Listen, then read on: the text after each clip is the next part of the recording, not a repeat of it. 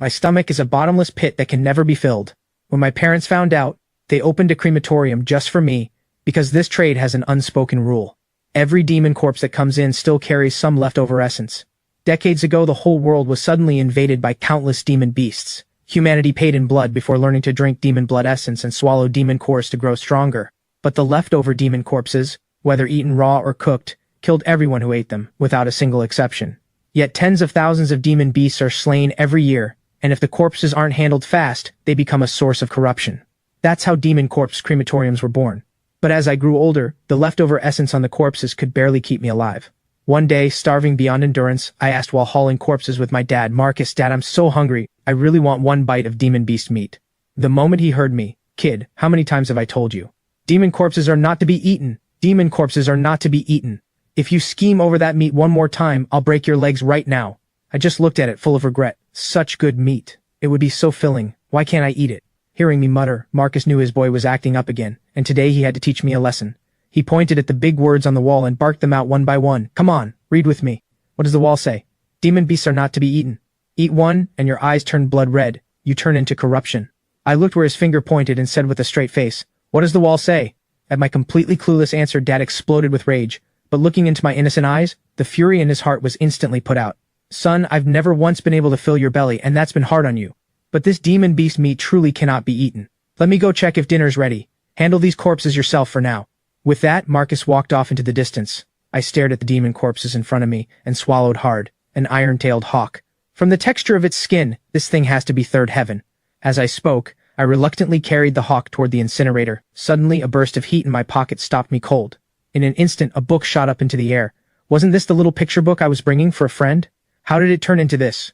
Before I could react, a flash of golden light burst before my eyes. When I opened them again, the entire golden book had sunk into my mind.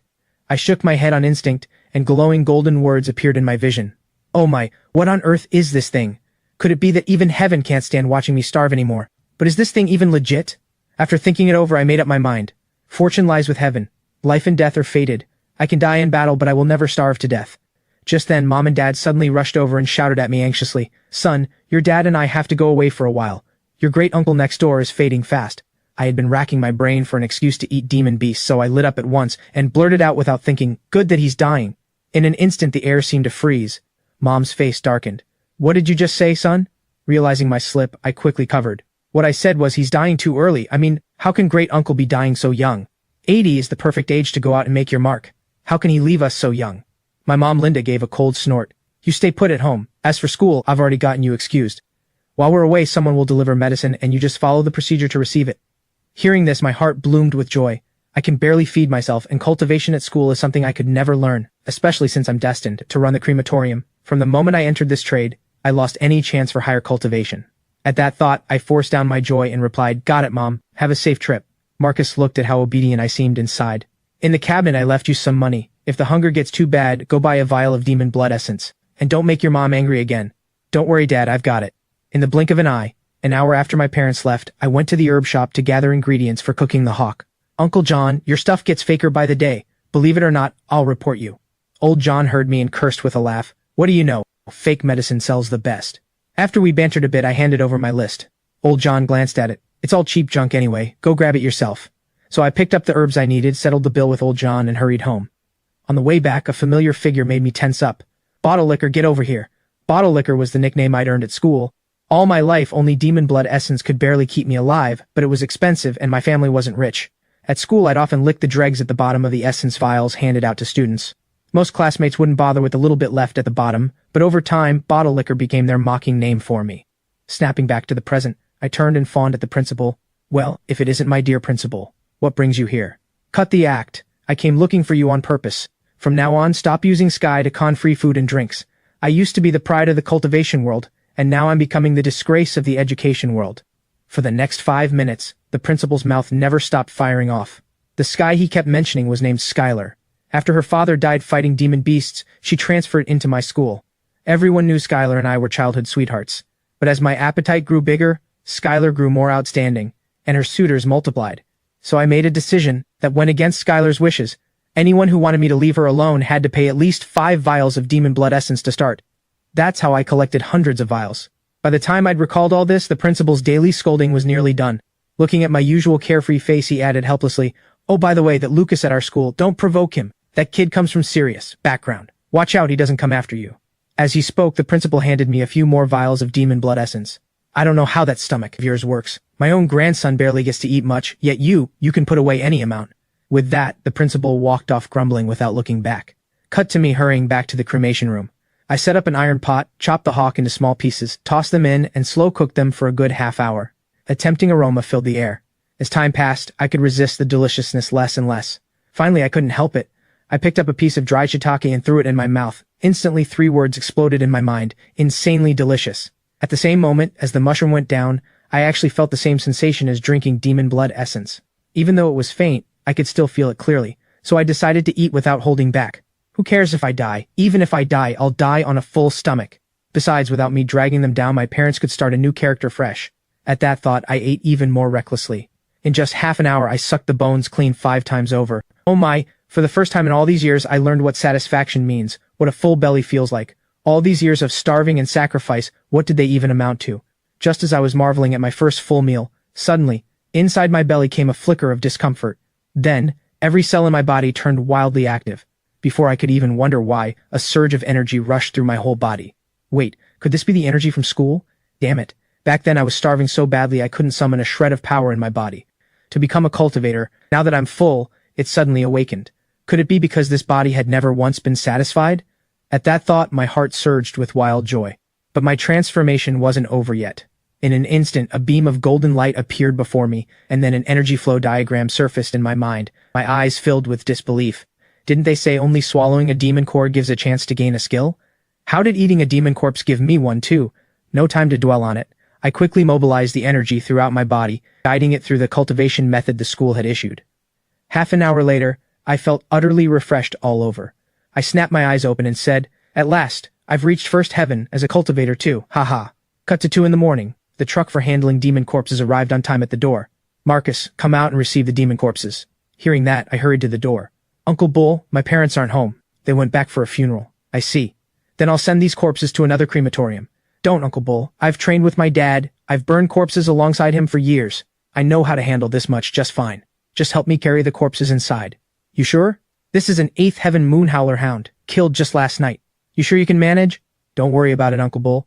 "All right, be careful, kid." With that, Uncle Bull ordered the young men behind him to start unloading. Then, seeing no one was watching, he murmured to me, "Kane, these corpses were killed by mistake by the higher-ups. They weren't so careful draining the essence." "Got it. Thanks, Uncle. I understand what's going on." Seeing my expression, Uncle Bull gave a little smile. "Oh, right. The city hasn't been peaceful lately. Demon beasts occasionally sneak in, so don't wander around at night for no reason." "Okay, got it. Also, someone will come to inspect in 3 days. Don't slack off, kid. 3 days is the deadline before corruption sets in. Don't worry about that. I guarantee it'll all be done within 3 days." Cut to Uncle Bull and his men gone. I stared at that 8th Heaven Moonhowler hound, and shamefully, from the corner of my mouth, tears began to drip. The instant I approached the hound, my dirty little, oops wrong, my little golden book in my mind flipped open to a brand new page. 8th Heaven Moonhowler hound, the loin cut, mediocre meat, tough and bony, but eating it boosts your strength. The flavor is average. Add a touch of chili and make it into a base. Slice and boil 20 pieces, and it tastes far better with a secret dipping sauce. Secret dipping sauce recipe. Note: slightly boosts strength, mildly improves kidney function, and increases fullness. Comment: a dog really won't eat this. I strategically ignored the comment. This book is pretty stuck up. Even at 8th Heaven it still won't pass muster. Hot pot dog meat. I hear that back in the old polite society days, ordinary people didn't dare eat dog meat. They'd get cancelled online. I'm glad I didn't live in that era. Even eating meat got you cancelled. That's just too... I set the herbs on the steel rack, rubbed my belly, and got hungry again. Set up the pot, boil the water, toss in some dried tangerine peel, and the meaty aroma fills the air. So satisfying. All noon and evening I spent demolishing iron-tailed hawks. When the last one was finished, the whole world felt brighter. Feeling the shift of energy inside me, I sucked in a sharp breath, 2nd heaven already, and I'd only eaten 3. What shocked me most was the change in my claws skill. Before, they could only scratch marks into a cobblestone. Now they pierced through as easily as into tofu. My claws had reached at least minor mastery. According to the book, an ordinary person needs to swallow at least 10 demon cores and practice diligently to reach this realm. Yet I got here just by eating 3 iron-tailed hawks. In that moment, I felt my future was truly bright. For 7 days straight, my days went just like this, plain and happy. Being full is happiness. My parents still weren't home. Over these days, the level of demon beasts I ate kept rising too, and in just 7 days my cultivation reached a terrifying 7th heaven. My claws had reached major mastery. far beyond what an ordinary person can manage. A major mastery skill can already harm demon beasts below the spirit realm, even though my own cultivation hadn't entered the spirit realm yet. That night, I finished off the corpses as usual, and during cultivation I suddenly sensed movement at the front door. Frowning, who'd come this late? It was exactly midnight. I walked toward the living room and took a steel blade from the cabinet, my dad's prized possession. Ordinary people don't come to a crematorium this late. I put on my shoes, watched the door, and my nose twitched. I sniffed hard and my expression changed. A demon beast. There was actually a demon beast inside the walls. This was highly unusual. The suburbs are still inside the walls, and a demon beast appearing out of nowhere here. No matter how I thought about it, something was wrong. Remembering what Uncle Bull had said these past days, something clicked. Could there be a spatial rift near the crematorium? The thought startled even me. The 13 cities control spatial rifts extremely strictly, especially the wild ones. I sniffed again. There was a demon beast outside the door. Cultivation around 5th heaven. This was the ability I'd gained from eating the Moonhowler hound. A major mastery sense of scent can detect danger within 100 meters, even estimate cultivation levels. My eyes flickered, torn inside. Should I report to the City Defense Corps, or...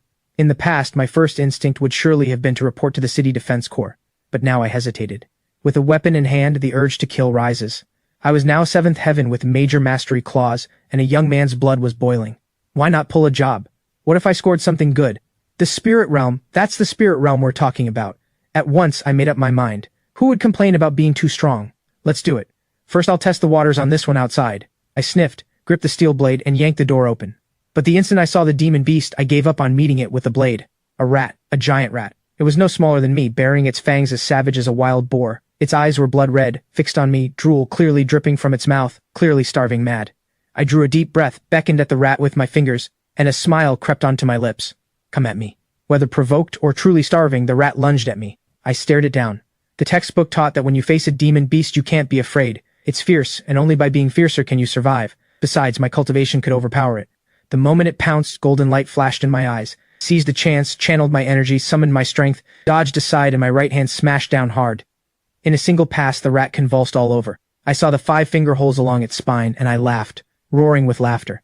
A lowly rat dares challenge the great Kane? This is how you end up. Full edgelord mode. But right after, my legs went weak. Damn, I'd overdone it. It took a full minute to recover. I dragged the corpse into the cremation room, dismembered it first, and checked for a demon core. As expected, a green core the size of a mung bean appeared, reeking with a foul smell. I really didn't want to eat it, so I tossed it into a jar to save, keeping it to sell off and pay debts. I bottled the blood essence too. Empty bottles were something we had plenty of at home. Then I threw the corpse into the incinerator, the flames roared up, and I shoveled in a few scoops of fuel. I shut the door and headed out to search for the spatial rift. Along the way I ran into plenty of burrowing rats, and I used them all to practice.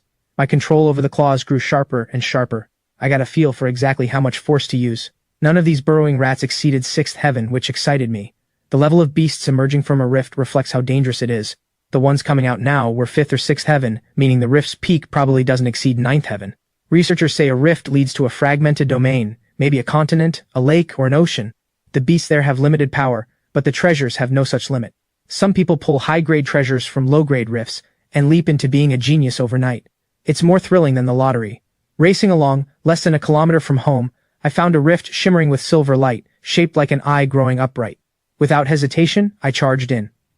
After I rushed inside, the rift's glow abruptly dimmed. At that very moment, the South City Guard Corps triggered an alarm. Energy fluctuations detected in the South City suburbs. Nearby squads, please respond. Note, energy level is low. Continue with the hunting mission, Rookie Squad, go provide support. After a burst of light, my feet touched solid ground again. I opened my eyes and looked around. The steel blade on my back gleamed silver in the gloom. So this was the inside of a rift. 2 deep, dim paths split off to the left and right, identical in appearance, both thick with jungle. But I sensed danger within. I sniffed. On the left, at least a dozen burrowing rats above 5th heaven. On the right, fewer, 7 or 8 at about the same level. Which path to take was obvious. In that moment, I was endlessly grateful for the sense of scent the Moonhowler hound had given me, or I'd have no idea how to choose. I stepped onto the right-hand path. The moment I entered, 7 or 8 burrowing rats charged at me with red eyes. I wasn't fazed at all. Through all my training, I was no rookie anymore, and I knew how to fight. Claws. My palms became blades. I shifted my stance, dodged, and struck back. The burrowing rats couldn't last a single round. Within seconds, they all dropped, each with 5 finger holes in its head. I almost felt like I was bullying them. At 7th heaven with major mastery claws, I utterly crushed them. A major mastery skill should be standard for the spirit realm, yet I got there purely by eating. What's even more absurd is that I also have a major mastery sense of scent, letting me read the enemy first. This pack of burrowing rats couldn't even ambush me. Of course it felt like bullying. I bent down, then kept walking. After 20 minutes I finally came out of the path. The sight before me made me freeze and frown. It was a temple. I sniffed carefully, no danger. But what was this peaceful temple, bathed in Buddha light, doing here? Bong, a bell tolled, distant and hollow. From the temple gate stepped a young novice monk, smiling, dressed in lavish robes, walking toward me. This humble monk greets you, traveler. I pay my respects. The abbot invites you inside for a talk. It was my first time in a rift, and I had no idea what was going on. I'd thought I'd be fighting monsters and killing enemies. What was happening now? And I truly smelled no danger on this monk. Mirroring his manner, I probed. I just happened to pass by here. How did the abbot know I was coming? There is a spell formation around 1000 Buddha Mountain. The moment you stepped in, we knew. But demon beasts have been rampaging outside the gate. The mountain has been sealed for days, and we were powerless. Luckily, traveler, fortune favors the good-hearted, and you've passed through this peril. My heart tightened. That impressive? If 1000 Buddha Mountain is so powerful, why not clear out the demon beasts down the mountain? There was one more thing I didn't ask. If the formation is that strong, how could they still be trapped? At that point, I couldn't tell what kind of being this monk really was. We wish we could, but the formation is broken, and can barely hold the temple grounds for self-defense. Please, traveler, come in. I nodded. Since I was already here, there was no reason to chicken out. Whatever was going on, I had to go in. But the moment I stepped inside, my brow shot up. The stench of blood, why was it so thick here? It was faint, but to my major mastery scent, it was as plain as day. In the courtyard, a group of young men in monk robes sat on cushions chanting scripture, full of compassion for the world, very moving. But what bothered me deeply was that the blood smell came from them. Brother Ledge made a welcoming gesture and bared his white teeth. It nearly scared me to death. Outside the lighting had been dim, so I hadn't seen clearly. But just now, when Brother Ledge smiled, what did I see? A shred of meat, and the blood smell was very strong. I followed behind him, head lowered. Soon I was led to a meditation room. Brother Ledge said with a smile, "The abbot says, whoever comes is a guest. Especially in times like these, reaching 1000 Buddha Mountain is no small feat. Stay here first, traveler. When there's time, the abbot will receive you himself. By the way, traveler, you're from the mortal world, so you must enjoy meat. As it happens, a wild pheasant wandered into the temple last night and fell to its death. Let me make you some soup." I went on alert at once. Something was off about this place. A monk with a shred of meat at his lips. Breaking his vows was a minor matter. The real question was, where did the meat come from? Brother Ledge said it was all demon beasts outside. A thought flashed through my mind. They were eating demon beasts. Sitting cross-legged on the cushion, I forced myself to stay calm. Before long, Brother Ledge returned, carrying a bowl of fragrant meat, smiling warmly. "Eat it while it's hot, traveler. We monks can't eat meat. There's more in the pot. It's all yours, traveler. 1000 Buddha Mountain rarely gets guests." I stared at that bowl of meat, my heart pounding wildly. Damn these monks setting me up. This was no pheasant meat. It was clearly iron-tailed hawk meat. I knew it all too well. Eat it, and within 3 days you turn into corruption. Suddenly it all clicked.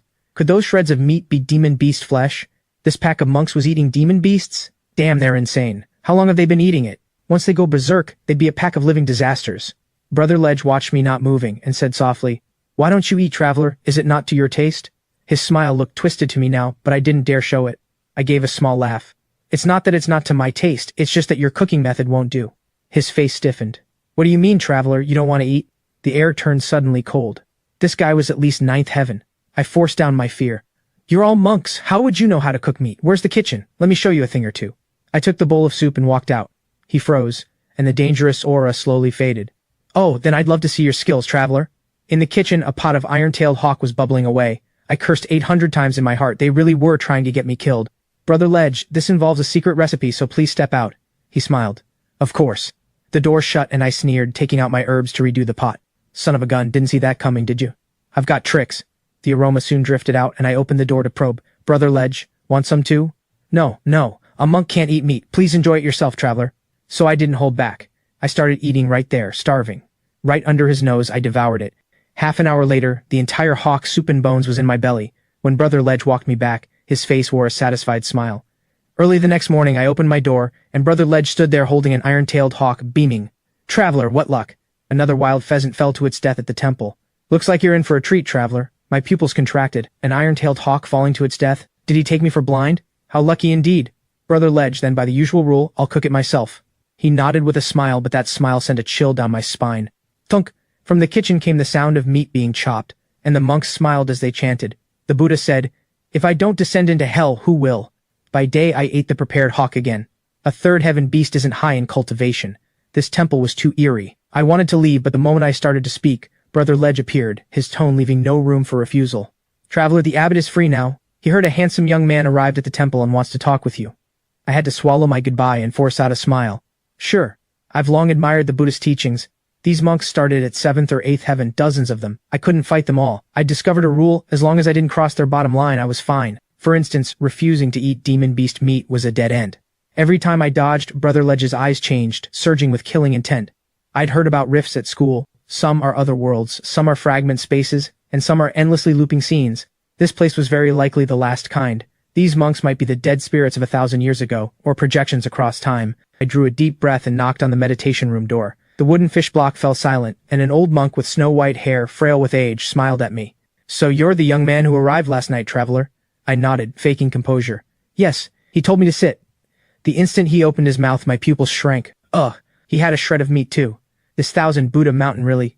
The blood smell rushed into my nose, and I fought back the urge to vomit. He asked, what do you think of my 1,000 Buddha mountain, traveler? I showed 8 teeth. It's wonderful. The food and drink are great, the surroundings are beautiful, and compared to the demon beast running wild outside, this is undoubtedly a paradise. A flicker of surprise crossed his eyes. A paradise? He chuckled. That's a novel comparison. Since you like it so much, why not just stay here at 1,000 Buddha mountain, traveler? Though we've fallen on hard times, our heritage runs deep, and we have no shortage of secret arts. Which would you like to learn? My eyes nearly popped out. The real show was beginning. I'd read in textbooks that rifts like this exist. These luring dog-like things. If you were really that mighty, you wouldn't have been killed by demon beasts, stuck looping here over and over. These people might be alive, but they might be dead. Hard to say. Still, to find a way to kill the old monk, I agreed after a moment's thought. Besides, this place could very likely have its coordinates pinned down, and once the coordinates are fixed, whether I report it or keep it, it's a fortune. Staying was perfectly fine, but I'd only just arrived and knew nothing about 1,000 Buddha mountain. If the abbot could let me learn its history in the scripture hall, that might be better. The old monk was completely stunned. In all these years, this was the first person to make such a request. Most people either refused, and he'd club them to death on the spot, or at the mention of secret arts, their eyes lit up. But the first thing was to test the visitor. For a moment his mind couldn't keep up, and I kept secretly watching his expression, and seeing I hadn't crossed any line, spoke more freely. Of course, mutual choice is all the rage these days. What does the abbot think? He thought for a long while, then nodded. Very well, but I can only give you 2 days, traveler. How's that? His mind, frozen for years, actually obeyed me, because what I said made sense. I let out a breath of relief. Thank you, abbot. Oh, may I take a look at the secret arts first? After all, I should gauge 1,000 Buddha mountain strength. The old monk froze again. By the procedure, if he agreed, the person was sent to the scripture hall. If not, and they angered him, he'd simply kill them. Now he was baffled too. Should he be angry? Seeing him silent, I quickly urged, Abbot, if you won't let me see the secret arts, how can I know 1,000 Buddha mountain strength? And without knowing, how can I decide to stay? On reflex he nodded. Have Brother Ledge take you. He needed time to figure out what exactly was happening. I laughed inwardly. This old monk's no good. Something's wrong with his head. He's hypocritical to the bone. Even now, neither man nor ghost, he still clings to his hypocrisy. First, whether I ate the corpses. If I hadn't, I'd never have gotten to meet him. Brother Ledge would have struck. I could handle Brother Ledge, but there was no need. Second, the whole act of inviting me to join 1,000 Buddha Mountain was really meant to do me in. In that moment, a lot became clear to me. Joining might turn me into one of those chanting men in the courtyard. I even suspected this was 1,000 Buddha Mountain's way of soul ferrying. Join and you get the benefits. But there was a paradox. Once you joined, trying to break free came at a huge price. So I played it clever. Joining is fine, but I get to assess your strength. Nothing wrong with that, right? Following Brother Ledge, I came to a 3-story building. Traveler, this is where the secret arts are kept. There are 2 rules. In his mind, I was already one of them, and his tone had softened a lot. First, you may choose only one art, on the 3rd floor. Don't be greedy. I nodded. Second, you must come out within 4 hours. The door swung open and I stepped in. Scroll after scroll lined the shelves. I hadn't expected 1,000 Buddha Mountain to have so many techniques. Honestly, I didn't care about the secret arts. The guidance art at the 13 cities schools was compiled by many great masters, far stronger than this little rift space's 1,000 Buddha Mountain. Who knows how many times over. Even a secret art was useless to me. The 13 cities take the path of swallowing demon cores, the simplest and the strongest, granting skills directly, perfectly countering demon beasts. A technique still has to be learned. But a demon core hands you the ability outright. Most crucial of all, the guidance art has an orderly lineage. To leave the gems untouched and practice this junk technique, am I crazy? If something goes wrong, who do I ask? Why do I know so much? The school taught it. Back in school, my favorite reads were the Cultivator story magazines full of strange tales. For example, a genius entered a spatial rift, got a peerless technique, and shot from rock bottom to top 3 in the city exams, glorious beyond measure, humiliating countless gifted rivals. But later, In college, when it came to choosing an advisor, he was stuck. No one would take him. They couldn't teach his weird method. In the end, he had to grope along alone, while others advanced at lightning speed, and he stayed stuck in place. This cautionary tale is still promoted in the 13 cities, warning kids not to think themselves smarter than everyone else. So in the third floor's secret arts, I had no interest at all. It was just an excuse to stall for time. I opened a scroll and began to read. The first floor was mostly strange anecdotes, exactly my favorite. About 2 hours later, I'd read through 2 volumes when my nose suddenly twitched. What was that wonderful smell? Others couldn't catch it, but with my major mastery scent from the moon howler hound, I could faintly smell it, and I couldn't tear myself away. I set down the book and started searching. My body moved like a walking corpse mechanically. I was horrified inside. What the hell was happening? I fought desperately to regain control but could only watch myself move. Reaching a bookshelf, I saw my own hand press down on a candle holder. Damn, was I going insane? Right after, a faint sound and a stairway appeared before me, deep and dark, with a hidden chamber below. Taking a candle, I slowly walked down, my mind screaming in refusal but unable to stop. I walked for who knows how long, then with a creak, the path behind me vanished, and I regained control. I looked around in terror. Who's behind this? I shouted. The wind moaned, whistling like fine rain. Cut the crap, where would a basement get wind from? Then a mournful voice rose. A woman's voice, extremely alluring. My love, come save me, quickly! I jumped, raised the candle, my pupils shrank, my heart pounded. There was no woman. Instead, before me stood a crystal coffin. I steeled myself and stepped closer. Things had come this far, and fear wouldn't solve anything. I had to break through. Once I saw clearly, the more I looked, the more terrified I grew. Inside the crystal coffin lay a woman, breathtakingly beautiful, in a bright red bridal gown, the outer robe tied at the waist. Her waist was slim enough to grasp in one hand, and even lying down, her figure was clearly extraordinary. Her lips were red as blood, her face like the glow of dusk. I couldn't help stealing a few more glances. Just then, I could have sworn her gaze was dreamy, sending me a secret look. Then the voice rose again, sobbing and pleading. My love, wipe away that Buddha seal, set me free. I want to be with you. I was done for. My body lost control again, my hand reaching to wipe the golden Buddha seal on the coffin. Stop it, stop it. I resisted with everything I had, not wanting to act. This was absolutely a thing of great evil. Anyone could see it. Far too much for me to handle. Even setting that aside, this was Thousand Buddha Mountain, a Buddhist ground, and this corpse was sealed here. If I let it out, I'd die for certain. Scratch, scratch. The rubbing sound made my heart race. I swear, next time I'll never be so reckless. A spatial rift was never a place for humans. Suddenly everything went black, and I lost consciousness. When I woke, I was already back in my room. Brother Ledge looked worried. Traveler, what happened to you? Hearing his voice, I actually felt a strange relief. I probed carefully. What happened to me? Brother Ledge smiled. Probably a lack of nourishment. After 4 hours in the scripture hall, no matter how I called, you wouldn't come out. So I went in and only then found you collapsed. But don't worry, eat more pheasant soup and you'll recover. I cursed his pheasant inwardly. If I'd been an ordinary person, he'd have toyed me to death already. Pushing down my unease, I probed. Nothing else? Brother Ledge looked at me puzzled. What were you expecting, traveler? I said nothing and sniffed the soup. The smell was right, it was my own cooking, so it was safe to eat. I was indeed hungry, so I set aside my heavy thoughts and ate bite by bite, and the smile on Brother Ledge's face only grew. Perhaps because I'd collapsed, the old monk didn't seek me out again. Brother Ledge stopped mentioning the secret arts too, and just let me stay like this. Only each day Brother Ledge fed me more and more demon beasts. The second day was a 7th heaven iron-tailed hawk, pushing my claws straight to the perfection level. The third day was actually a 9th heaven hawk, granting me another skill, eagle eye, a support ability, the iron-tailed hawk's foolproof way of finding food. My cultivation climbed from 7th heaven all the way to 9th heaven. 3 hawks a day. It was hard not to improve, but my heart grew heavier and heavier. Because I was eating more and more hawks, I could plainly see a strange mood spreading through the whole temple. Restless. And even the way Brother Ledge looked at me had changed. At night, in my room, I honed my skills, sensing danger drawing near, and could only strengthen myself. Still, this rift's peak wouldn't exceed the spirit realm, which put me much at ease. At 9th heaven, worst case, I'd just fight my way out. In the old monk's room, the lamplight was dim, the candle flickering on and off, and a hoarse voice came through. He hasn't demonized yet. Brother Ledge knelt prostrate on the floor. Abbot, I watched with my own eyes as he ate the demon corpses, but for some reason he shows no sign of demonization at all. With a puff, the candle flame wavered. Impossible. Without my 1000 Buddha Mountain's secret recipe, how could he resist demonization? Are you lying to me? Suddenly, Brother Ledge was yanked up by force, his neck clamped tight. Staring into those savage eyes, Brother Ledge cried out in despair. Abbot, I wouldn't dare, I'd never dare lie to you. Your disciple truly saw him eat with his own eyes. The abbot studied him carefully. Tomorrow, prepare a 9th heaven iron-tailed hawk. Take your junior brother and watch him yourself. A person who hasn't demonized cannot be soul-ferried. That's the rule of 1000 Buddha Mountain, and the rule of this place. Released, Brother Ledge gasped for breath, full of fear.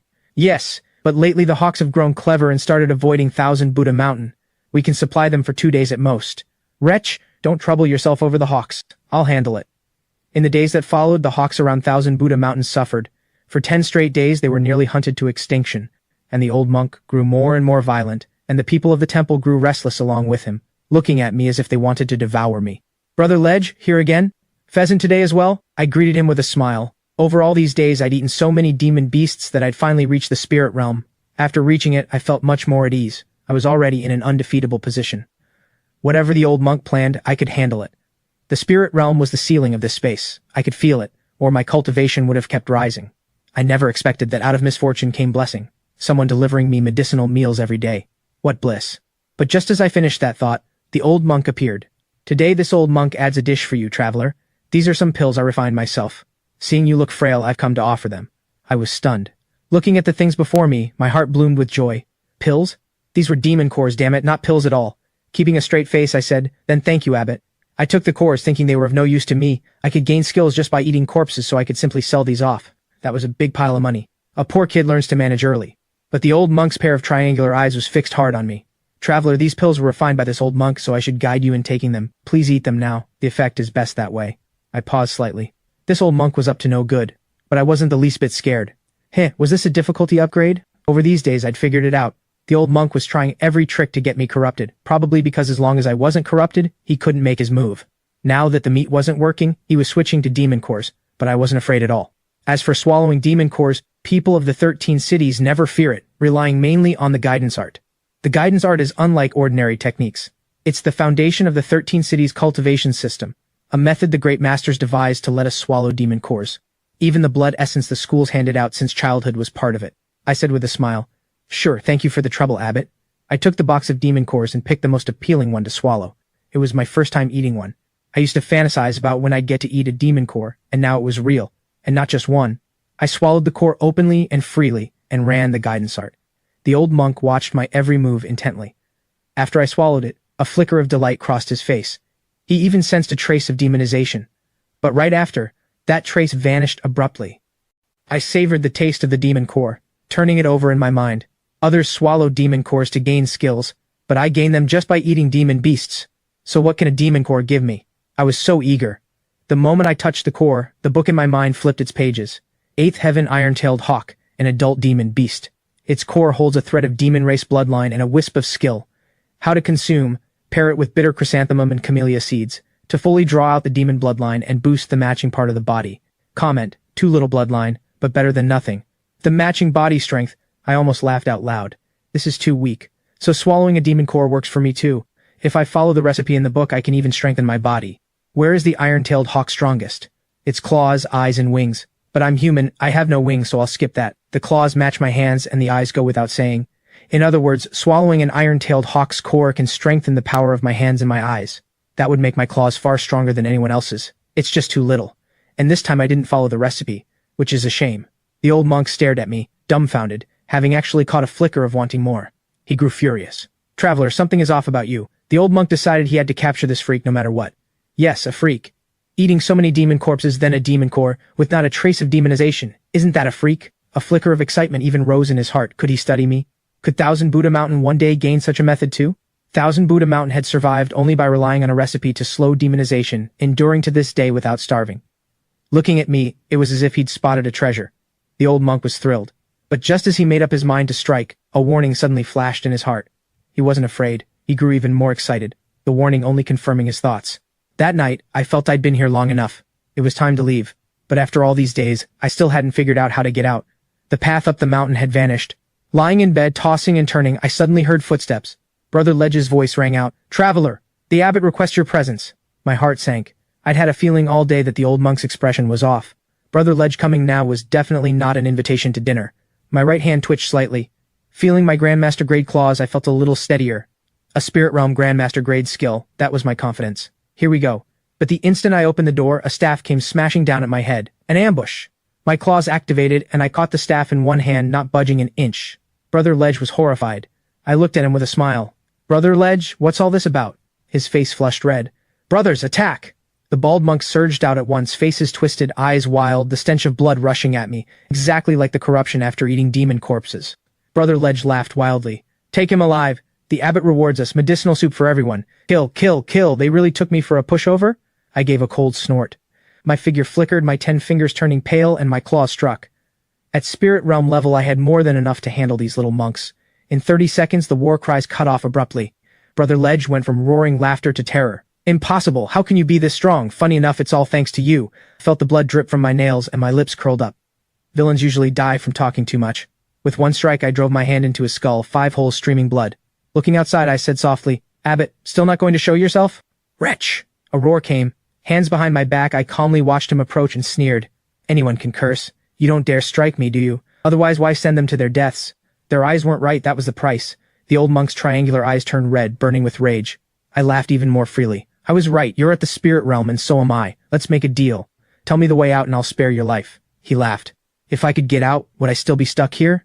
Naive. You're right, I truly can't touch you. You haven't demonized, but don't think you can leave either. Just stay and keep me company, and I'll dig out your secret. He laughed wildly. I felt uneasy. Could I really not get out? The mountain guarding formation of Thousand Buddha Mountain lets you in but never out, for man and beast alike. Then where did the burrowing rats and iron-tailed hawks come from?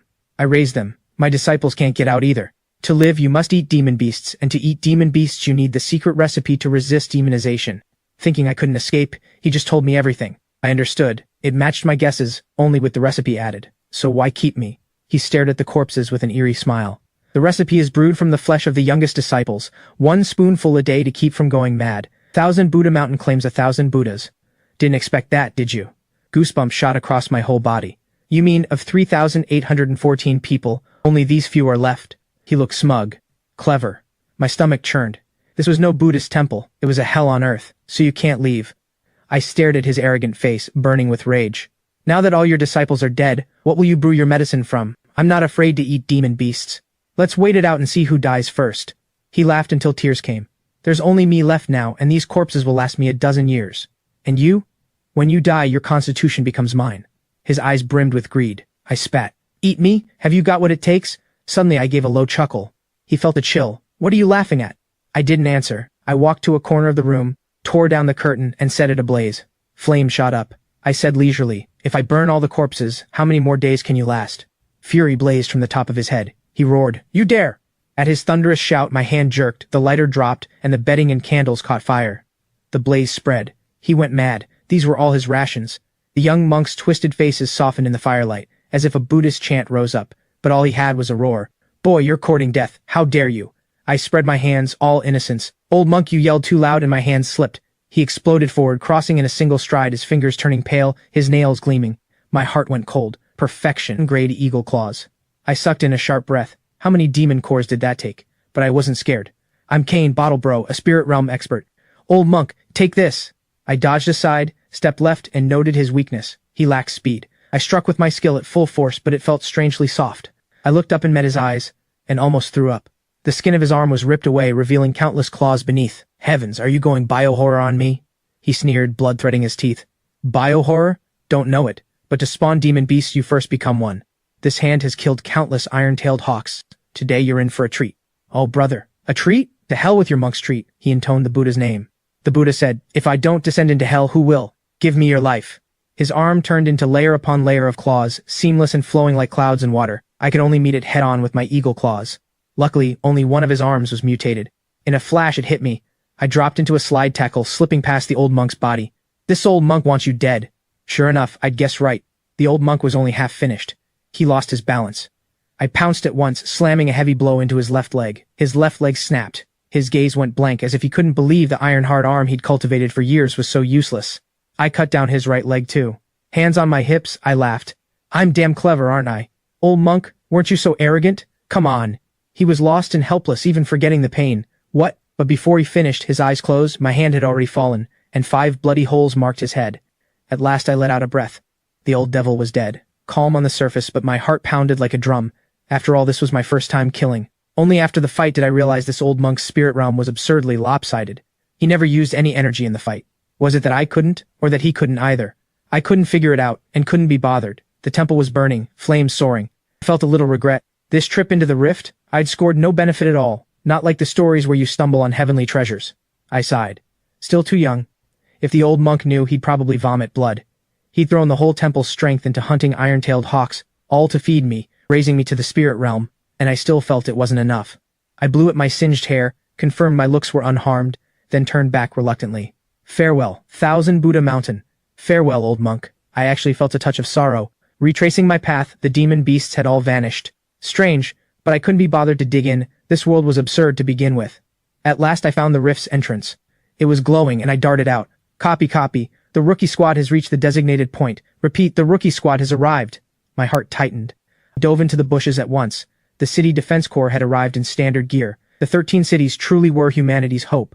So fast to respond. But the timing didn't add up. This was a time rift. The textbooks said time rifts are extremely dangerous. However long you spend inside, you come out at the same moment you entered.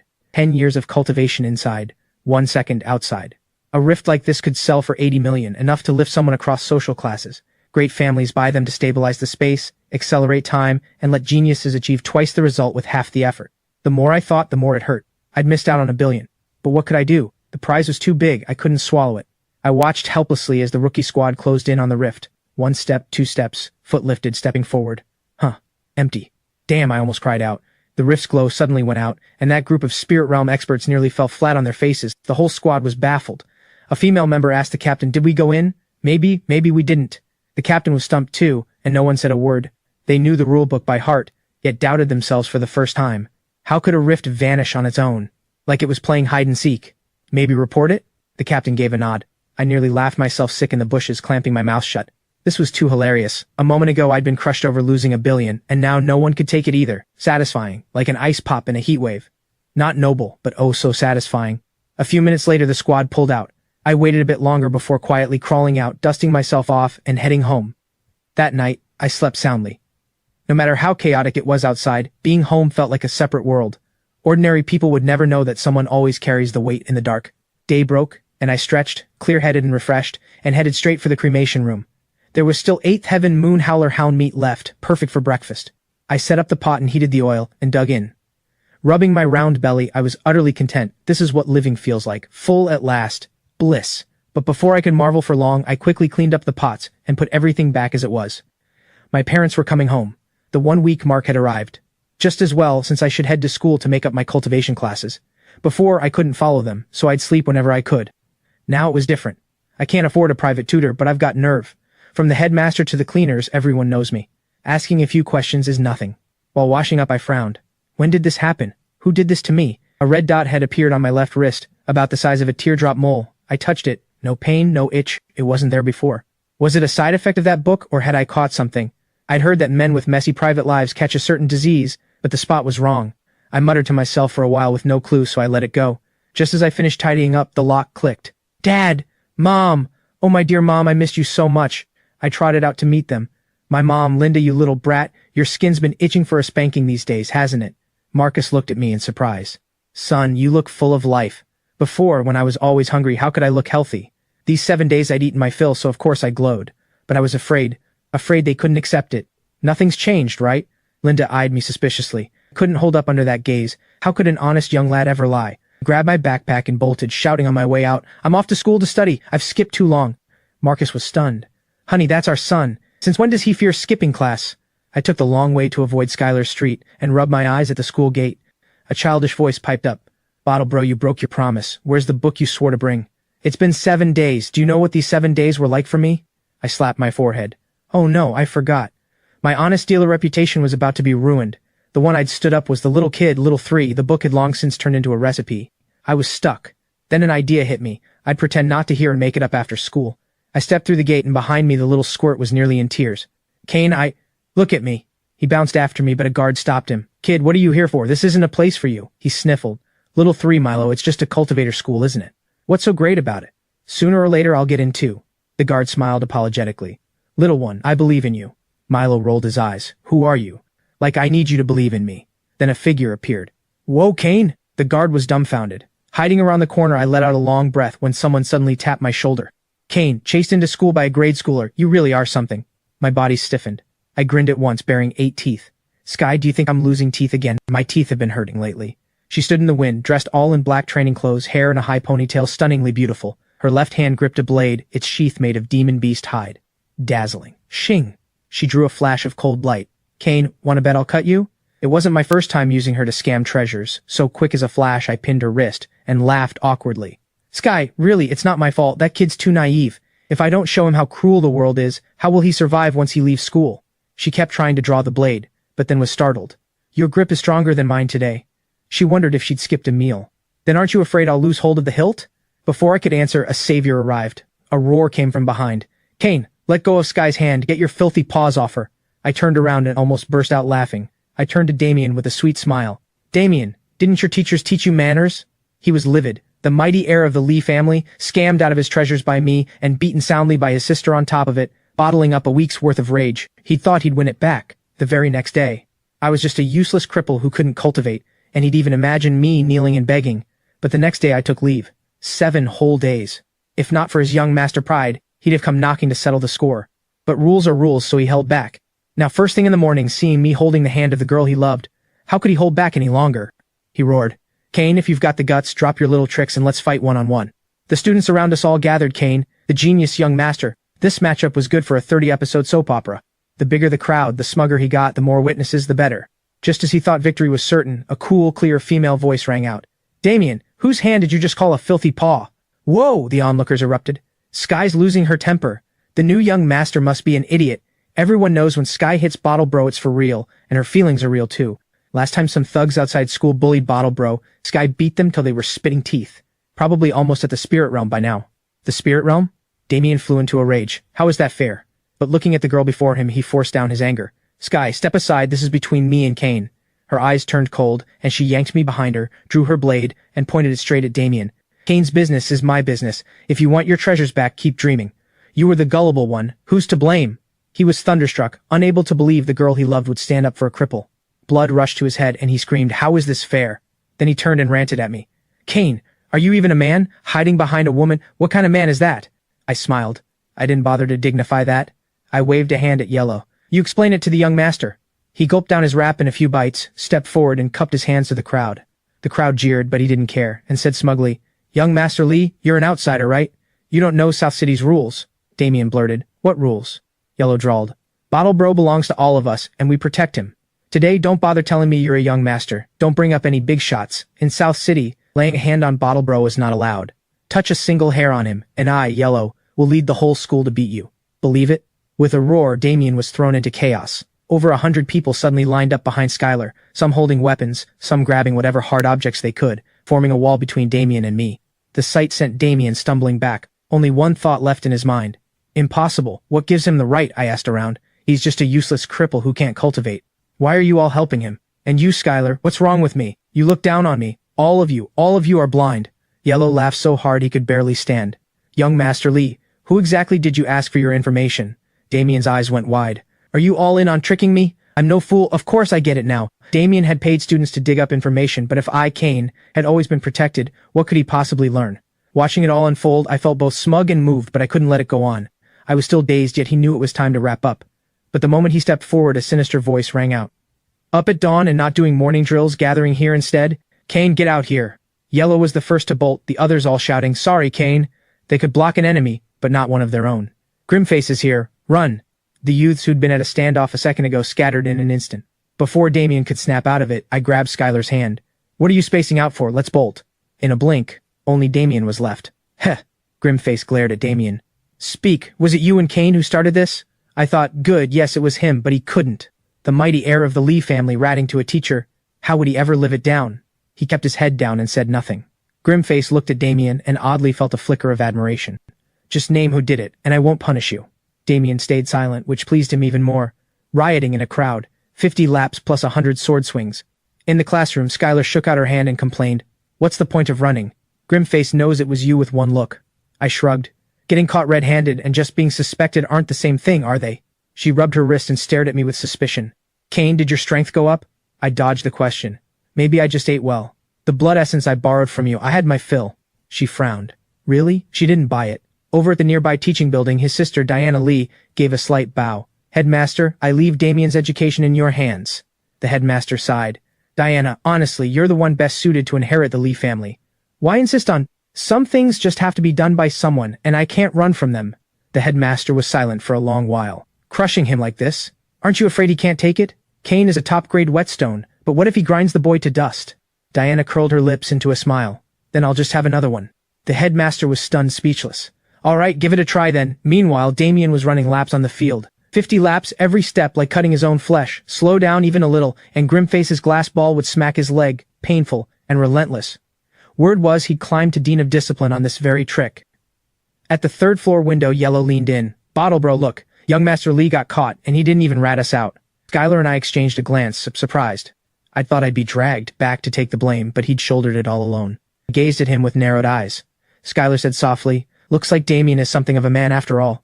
The bell rang, and Mr. Stone arrived. Burly, a scar across his face, fierce-looking, no one dared skip his class. I sat bolt upright, listening intently. Skylar gave me a sidelong look. You're acting strange. Since we graduated grade school, this is the first time I've seen you pay attention. I waved her off. Don't bother me. Exasperated, she jabbed me hard with her pen tip. I yelped, and the whole class snickered. Mr. Stone's gaze swept over. Kane, answer this question. He automatically ignored Skylar. Could such a well-behaved girl get me in trouble? Clearly it was me causing trouble again. I was speechless and silently aching. Assumptions will be the death of you. I stared at the problem on the board, dizzy with frustration and instantly deflated. Fine. If I knew how to use energy, would I have fought the old monk on pure physique alone? I knew explaining was useless too. You could tell from everyone's faces. Mr. Stone, just come out and say it. How do you plan to punish me? Ha ha ha. Everyone roared with laughter, and even Mr. Stone's face twitched. This kid is too honest. Mr. Stone pointed to the back row. Got it at once and scurried over, same old routine, but this time I brought a notebook and pen. Mr. Stone went on with the lesson. He'd seen plenty of little interruptions like this. Listen up, everyone. This year is your period of rapid growth, and most of you will attempt to break into the spirit realm. Whether you can break through is your ticket into the major academies. Be serious. To fire up your spirits, I'll make an exception and explain how the spirit realm uses energy. With that, he wrote on the board, then looked at Skylar, his gaze encouraging. Everyone understood instantly. Skylar was about to break through. Some envious, some surprised, but no one found it odd. That's just how geniuses are. The use of energy is the spirit realm's most important weapon. A spirit realm cultivator who can't use energy is like a child holding a blade, scary but useless in a fight. Today we'll start with skill structure, how to channel energy while striking. Let's start with the Grey Ape Wolf's Wind Chaser Slash. Skylar listened, enthralled. She was digesting a Grey Ape Wolf core. Mr. Stone clearly knew it, and even those who couldn't follow got a glimpse of something new. Mr. Stone taught with passion, and Skylar filled several pages with notes. Just as it was wrapping up, I couldn't resist raising my hand, gazing eagerly at Mr. Stone. Teacher, I have a question. How do the iron-tailed hawk's claws work? The whole class turned around. Mr. Stone teased. Oh? Even Bottle has a studious day. That stuff is way beyond you. Better figure out how to stay out of trouble first. That was just how we got along, like treating a disabled person. The more you fussed over it, the worse they felt. A true friend pulls you into a soccer game and lets you play goalie, not treating you as crippled but not babying you either. So no one tiptoed around the fact that I couldn't cultivate. Everyone was at ease with it. The students chimed in. Yeah, Bottle Bro, better focus on how to fill your belly. The spirit realm's way out of your league. Hey, quit messing around, Bottle Bro, you're freaking us out. Haha, we agree to be the bottom of the class together, you can't betray the team. In the past I'd have fired back, but right now I had no time. I said irritably. Get lost, all of you. I'm having a serious discussion with Mr. Stone. What are you butting in for? That one word, serious, set the whole class howling. Yellow clutched his belly and pounded the desk, thumbs up. Kane, only you could do it, that line's too funny. I got worked up, these brats really looked down on me.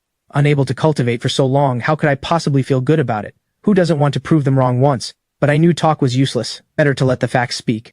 I decided to act. My right hand shot out, unleashing a Grandmaster grade strike at the back row blackboard. Boom! My 5 fingers swept across, a faint red glow flowing, and in an instant 5 deep holes were gouged into the board. The whole class fell silent, time seeming to freeze. Skylar covered her mouth, Yellow's eyes went wide, and Mr. Stone froze in place. That force a moment ago, that red energy, the spirit realm, he cried out inwardly. The moment I raised my hand, it clearly declared, I, Kane, have reached the spirit realm. Seeing everyone stunned, I curled my lips, clasped my hands behind my back, and swept my gaze across the room. The blackboard's too flimsy. Would any of you lend me your heads for practice? Full edgelord mode. Skylar's eyes brimmed with tears, and she stood up, thrilled. Kane, you can cultivate. Yellow and the others snapped too, and she rushed over like crazy and threw her arms around me. Oh my god, Bottle Bro, you can cultivate. The whole class exploded, forgetting they were in the middle of a lesson, and swarmed around me like maniacs. Holy cow, my Bottle Bro can cultivate. Heaven rewards the devoted. Bottle Bro can cultivate. They surrounded me, happier than if they'd broken through themselves. Hoisted into the air, I suddenly felt utterly let down. Weren't you all supposed to doubt me first, then question me, then get crushed by me one-on-one, and finally watch me return in a blaze of glory? All this enthusiasm now makes me uncomfortable. Someone, I don't know who, suddenly rushed into the hallway and bellowed, "Great news, bottle bro can cultivate, everyone come see." In an instant the whole floor was in an uproar. Heads poking out of every classroom. Kane, bottle bro can cultivate. The place went wild, crowds packing outside the classroom watching me get tossed up and down, clicking their tongues in wonder. Even teachers were watching. I'd wanted to wipe away my old shame, but instead became everyone's source of amusement. Looking at all those faces gawking like I was a circus monkey, I silently covered my face, up and down, until Mr. Stone spoke.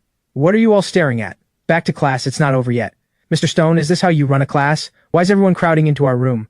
The students panicked and snapped to attention in unison. Thud, and I was still up in the air. "You bunch of jerks, I'm still up here. I was beyond tears. How did a perfectly good show-off turn into a circus act?" Skylar squeezed in to steady me, tears in her eyes. "Kane, you're cured? When did it happen?" Every eye fixed on me, and I steadied myself on her arm. I remember it was on a dark and windy night that I met an old man, and he said, "Young one, I see in you a genius unseen in ages." The whole room scoffed. "Yeah, right." Mr. Stone rapped the board. "Quiet, all of you. Other classes, get back to your rooms." The crowd dispersed, and I let out a breath. Mr. Stone looked at me. "Bottle, come with me. Everyone else, study hall. Anyone who talks gets drilled to death tomorrow." The class went dead quiet. I'd known he'd ask. This couldn't be hidden, and I wanted into the academy, wanted resources, wanted to cultivate out in the open. I had to live up to the name Bottle Bro. The walk was silent, then Mr. Stone suddenly smiled. "To the headmaster's office." He didn't believe I'd simply gotten better. "Knock, knock, knock. Come in." The white-haired headmaster was reading frontline reports. "Causing trouble again." He glared at me. I didn't flinch, just nodded for Mr. Stone to speak. He said, "Kane can cultivate now. He's at the spirit realm. It's beyond me, so you take a look." The headmaster shot to his feet, his chair scraping the floor with a sharp screech. "What?" Mr. Stone jerked his chin at me. "You tell him." I met the headmaster's burning gaze. "Last week I came to see you, drank the blood essence you gave me, slept on it, and was cured. So where did the essence come from? Anything special?" The headmaster's mouth fell open. "Just like that?" I spread my hands. "Just like that." I didn't dare tell the truth. That eating demon beast meat made me stronger.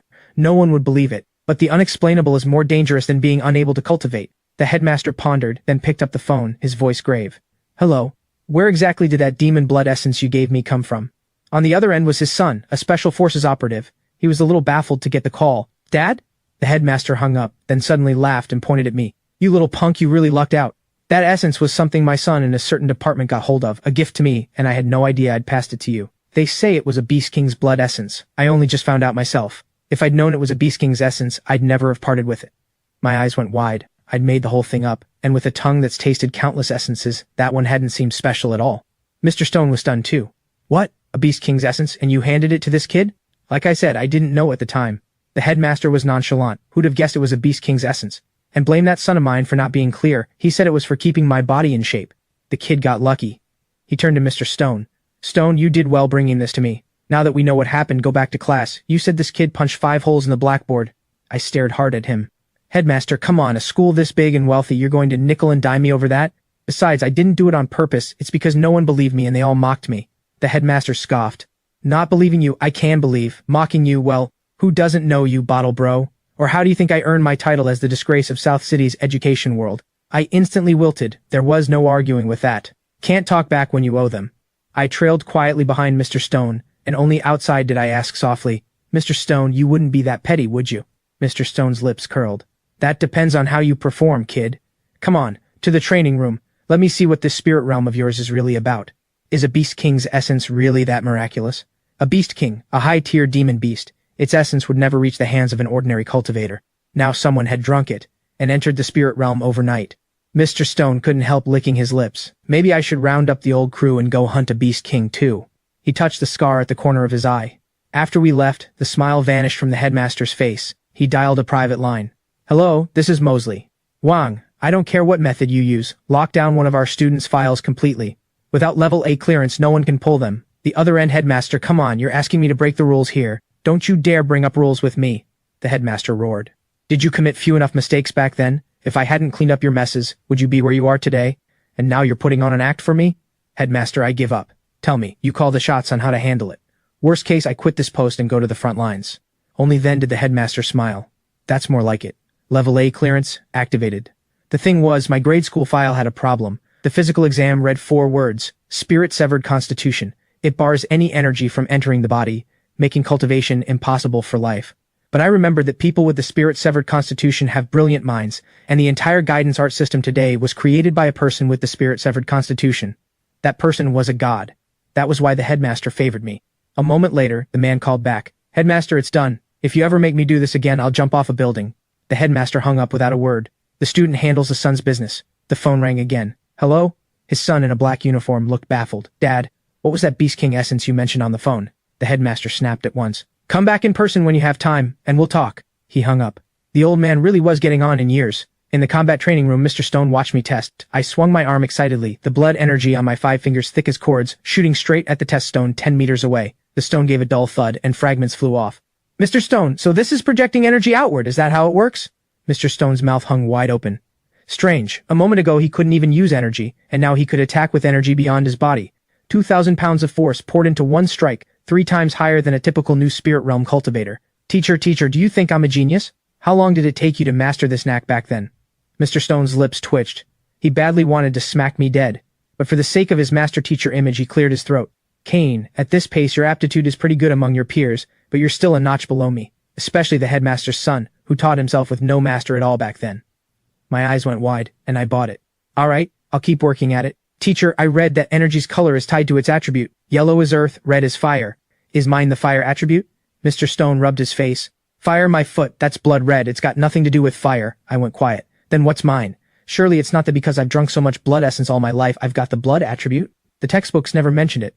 Mr. Stone thought about it and actually found it plausible. "You might be right, this is beyond me. Once you enter the academy, maybe someone there will understand." We spent half a day in the training room, and I learned the spirit realm guidance art and how to use my claws. From the backs of my hands rose blood-red, armor-like claws, good for close combat and for projection. I stared, dazed. The more I looked, the more improper this thing seemed. I let it go. As for the Moon Howler Hound's ability, I didn't dare mention it. I couldn't explain where the demon core came from, so I'd just develop it slowly, but I was confident that mastering one would unlock the rest. Understand the iron-tailed hawk's claws first, then puzzle out the Moon Howler Hound later, no rush. Rubbing my belly, I said goodbye to Mr. Stone and returned to class, the cheers and questions endless. I got fed up. "Quit yapping, keep it up and I'll jump off the roof." Outside the door, Damien was drenched in sweat, glaring at me. Fine. So you were playing dumb to catch me off guard. Kane, it's just the spirit realm, isn't it? Give me 20 days and I'll catch up and beat you for sure." He was miserable yet thrilled. "All right, kid. This time what excuse do you have left to refuse? As long as I beat you fair and square, everything comes back." After school, I slipped out early to avoid the questions. There was still something to do. The little kid Little Three's picture book couldn't wait any longer, so I went shopping for it. It was dark when I got home, nearly 8. Before, I'd never have dared come back this late, but now that I was at the spirit realm, I'd grown bold. I slung on my backpack, then slapped my forehead. "I'm so dumb. I've got cultivation now. If I channel energy into my feet, this little low wall is nothing." I spat into my palm and rubbed my hands hard. Ha! Energy wrapped around both legs, and I got excited. It really worked. I shoved off hard, and like a cannonball, I shot up off the ground and landed squarely inside the courtyard wall. Done. This time I really did it. This energy is too much fun. I tiptoed, getting ready to sneak back to my room, when I heard Linda clear her throat. "Dear son, just where do you think you're going?" I looked up. Mom was warm and gentle, only her eyes were red, clearly from crying. "Mom, have you eaten?" Linda almost laughed in exasperation. Looking at her thoughtful son, she could hold back no longer. "Son, are you really cured?" I feigned indifference. "Yeah, really cured. Did the headmaster tell you?" She gave me a swat. "You little rascal. Cured and you don't tell us. If the headmaster hadn't told me, how long would you have kept it from us?" I gave a sheepish grin. "I just didn't want to get your hopes up for nothing. Now it's all good. Our family doesn't have to scrape by anymore." "Oh right, Mom, I passed a cosmetic shop today. They said it's the newest one, so give it a try." I fished a little bottle out of my bag. She wanted so badly to cry, but couldn't. Her son was too thoughtful, just too mischievous, throwing money away. As mother and son talked in the courtyard, Dad silently smoked and listened. The mood today was bright, their son was cured, and at last they could live like a normal family. Only, he suddenly glanced toward the crematorium and frowned slightly. "Kane, now that you're cured, what are your plans?" Marcus was careful, terrified of wounding me. Sharp as I am, I caught on at once, only then remembering my status. The heir of a crematorium director. In polite society it counts as a suggestion, and the college exams require complicated paperwork. There's also an unspoken rule: once you take the job you must serve a full 3 generations. Few do it willingly, it harms the body, and carries the risk of corruption. The job is one you love and hate. Love for the money, hate for how it boxes you in, dragging down your descendants. In my excitement I'd forgotten this entirely. Everyone had been dreaming up my future, unconsciously overlooking my status. Dad, what do you mean? He hesitated. How about I take over for now and pull some strings to get you into the academy, skipping the normal exams? Would that work? Not wanting to put him in a tough spot, I bared 8 teeth. I'm fine with it, whatever works. Linda felt uneasy. Their son had finally recovered, and still couldn't attend school normally. It was all this job dragging him down. Why not ask the headmaster? Maybe he has a way. Marcus's eyes lit up. Right. He quickly dialed. As he explained the situation, the headmaster let loose a torrent of curses. Marcus, you brat. Gotten too big for your boots, have you?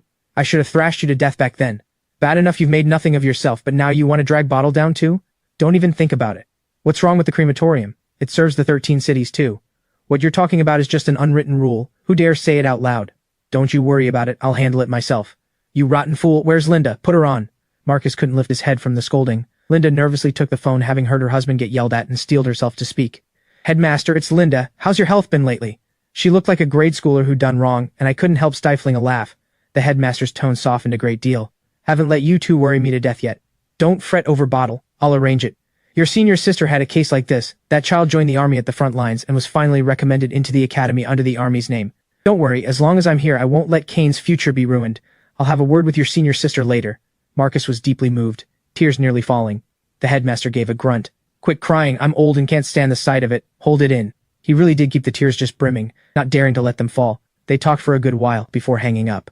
The family exchanged smiles. He patted my head. Kane, a person has to have a conscience. Your life was given to you by all the folk of South City, young and old, and you must remember that no matter what. I gave a quiet hum of agreement. As long as the boy's well, that's enough. The three of us had a big feast, and for once Marcus let me have a little wine. We didn't turn in until 10 that night. This house caught fire today. I lie on my bed, head spinning. I haven't eaten any demon beast meat all day, yet I'm not as starving as before. I figure I ate too much these past few days. Skipping one meal now and then is fine. Back in the old harmonious society, people had plenty of fat on them, so missing a meal or two didn't matter. But there's a problem. From now on, I need to find a secret base, and while working at home, I have to quietly skim off a few demon corpses. Otherwise, how do I fill my stomach? My thoughts wander all over the place, and I drift off, half asleep. In a haze, I seem to return to Thousand Buddha Mountain. The whole temple has collapsed. Only the scripture hall still stands. I move through the dream, and it feels so real. This dream even evolves on its own. Could it be that what fills your thoughts by day fills your dreams by night? Following my memory, I plan to mess around in the dream. Last time, I never finished reading that book of strange tales before the old monk dragged me out. I regretted it for a long time, unsure if the dream could pick up where I left off. I casually make my way back to the spot from before. The moment I open the book, I hear that strange sound again. A smile tugs at my lips. Heh, so real, it even has this. Last time, didn't I go into the cave and meet that breathtaking woman? Never expected the dream to have her too. At that thought, I set down the book, chuckle, and slip into the cave like I know the way by heart. Once again, I reach the underground chamber. Once again, I see the crystal coffin. Inside, it's exactly like what I saw at Thousand Buddha Mountain. That woman is still there, only now the seal on her forehead is gone. There's only a stunningly beautiful woman in a red wedding gown, lying quietly in the crystal coffin. I faintly see the corners of her mouth curve up. It startles me, and then it hits me. Damn. Scaring me even in a dream? In real life I fear you, but in a dream, why should I? I stroll right up, crouch down, and study her closely. So real, unbelievably real, even the fine hairs are there. Are dreams this incredible now? I'm deeply stunned. I lean in for a closer look. I can't help but marvel at the wonder of creation. How can such a beautiful woman exist in this world? Every single feature is perfect, absolutely flawless. Suddenly, just as I try to look closer, everything goes black. When I wake, it's hunger that woke me. I stare blankly at the ceiling, dazed. Wasn't I dreaming? Why did hunger suddenly pull me out? I check the clock, already 7 in the morning. Damn, what a dream. And the rest of it? I rub my stomach and see the furnace is already lit. I know Marcus is up and has started working. I quickly throw on my clothes and rush into the cremation room. Dad, go rest a bit, I'll handle it. Since I've come down here, I'm planning to steal some meat, quietly set it aside, take it out and stew it. I just don't know what demon beast we've got today. Marcus looks at his sensible son and sighs that I've grown up. He doesn't push it. Alright, you know the whole process. I'll go grab some breakfast. He hands me the proper boning knife. Oh right, son. Are you still drinking the blood essence? I shake my head. Not anymore, Dad. Don't worry, I'll drain it out. Once we collect a full bottle, we can sell it. Marcus bursts out laughing. True enough. With that, he walks out. I gaze at the corpse in front of me and search through it carefully, a little disappointed. Another iron-tailed hawk. These things are a bit too common. My stomach growls, I need to hurry. First I drain the blood essence, then, once I've made sure no one's around, I quickly skin and chop it. The gloves stay on since Mom and Dad are home. I take out the most tender 2 pounds of meat, wrap it in oilcloth, and hide it away. Suddenly I remember the rift from that night. I smack my lips. If only I had a time rift, then I wouldn't have to sneak around hiding meat like this. I'd even have a place to cook it. Thinking of how big Thousand Buddha Mountain is, my mouth waters. Suddenly everything goes black. What's going on? Where's my meat? My big chunk of meat? It's gone. I panic. It's nowhere, not on the table, not on the floor. I break into a sweat. As I crouch down, I catch a hazy glimpse of the teardrop mole on my wrist twitching. My heart jumps. Heavens, could that teardrop mole look exactly like the one on the woman in red in the crystal coffin? If I hadn't dreamed of her last night, I'd never have made the connection. Yesterday, that woman in red seemed to have no teardrop mole on her face. I once obsessed over the Cultivator Story Digest, one issue a month, full of adventures, secret realms, and time rifts. There was one story. 10 years ago, a man stumbled into a secret realm, gained a token, and came to control a time rift. A loyal big shot, who later fell, and only then was the truth dug up. Probably fake, right? But could I be one of the lucky ones too? I slice off another chunk of meat and stare at it. Schwip, the meat vanishes. I clamp my hand over my mouth, nearly crying out. I might be about to strike it rich. Just now I was thinking about a time rift, and now I have one. Heaven really favors me. I close my eyes and stroke the teardrop mole. Schwip, I vanish from the crematorium. I open my eyes already at Thousand Buddha Mountain. Crumbling walls and ruins, but the scripture hall still stands. My heart aches so much I can't breathe. I slap myself twice. Serves you right, it really does. Had I known this would be my own property, why on earth did I burn it? Back then I torched the mountain just to enrage the old monk. It wasn't mine anyway, but now it is mine.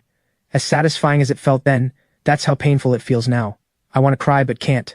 Oh man, all those buildings were mine. Whew, I sigh. What I gain is my fortune, what I lose is my fate. Worst case, I just rebuild. Even that big shot developed as time rift bit by bit. The teardrop mole twitches and my heart twitches with it. Looking at the scripture hall, I feel an odd fear, because last night's dream was too real. Otherwise, I'd never have noticed the thing about the teardrop mole. Doesn't that mean yesterday I very likely wasn't dreaming at all? Oh right, what did that woman call me? Kane? Dear? What kind of weird title is that? I can't figure it out, so I decide it's better to stay away from the scripture hall for now. Anyway, all I need is a place to light a fire and cook. A person should be content, and never greedy. Then I turn and head toward the ruins. After searching a while, I find one intact room. I go into the kitchen and grab the pots, pans, and bowls and start building a stove, but I keep feeling like someone is watching me from behind. I turn around, and it's a Buddha statue. The whole mountain is gone, and it still dares to stare at me? My claws strike out, 5 lines of blood shooting straight at the statue, and it crashes to pieces. Now I feel better. Before long, a small stove is built. I toss in the iron-tailed hawk meat and start stewing. Thousand Buddha Mountain used to have demon beasts, so why don't I find any this time? The mountain isn't small, and I'm hungry, so I push down my doubts and focus on the stew. After a full meal, my whole body feels great, and my claws are stronger too. The power of my claws has grown again. A flick of the wrist, and the control is steadier. Now that I have this treasure spot, I've got to put it to use. And the demon corpses, how should I skim them off? I silently say, out, and I appear in the cremation room. I look up at the wall clock, 7:50. I remember going in at 7:30. 1 hour inside, 20 minutes outside, a ratio of 3 to 1. The leftover iron-tailed hawk I didn't skim off, I just toss it into the furnace.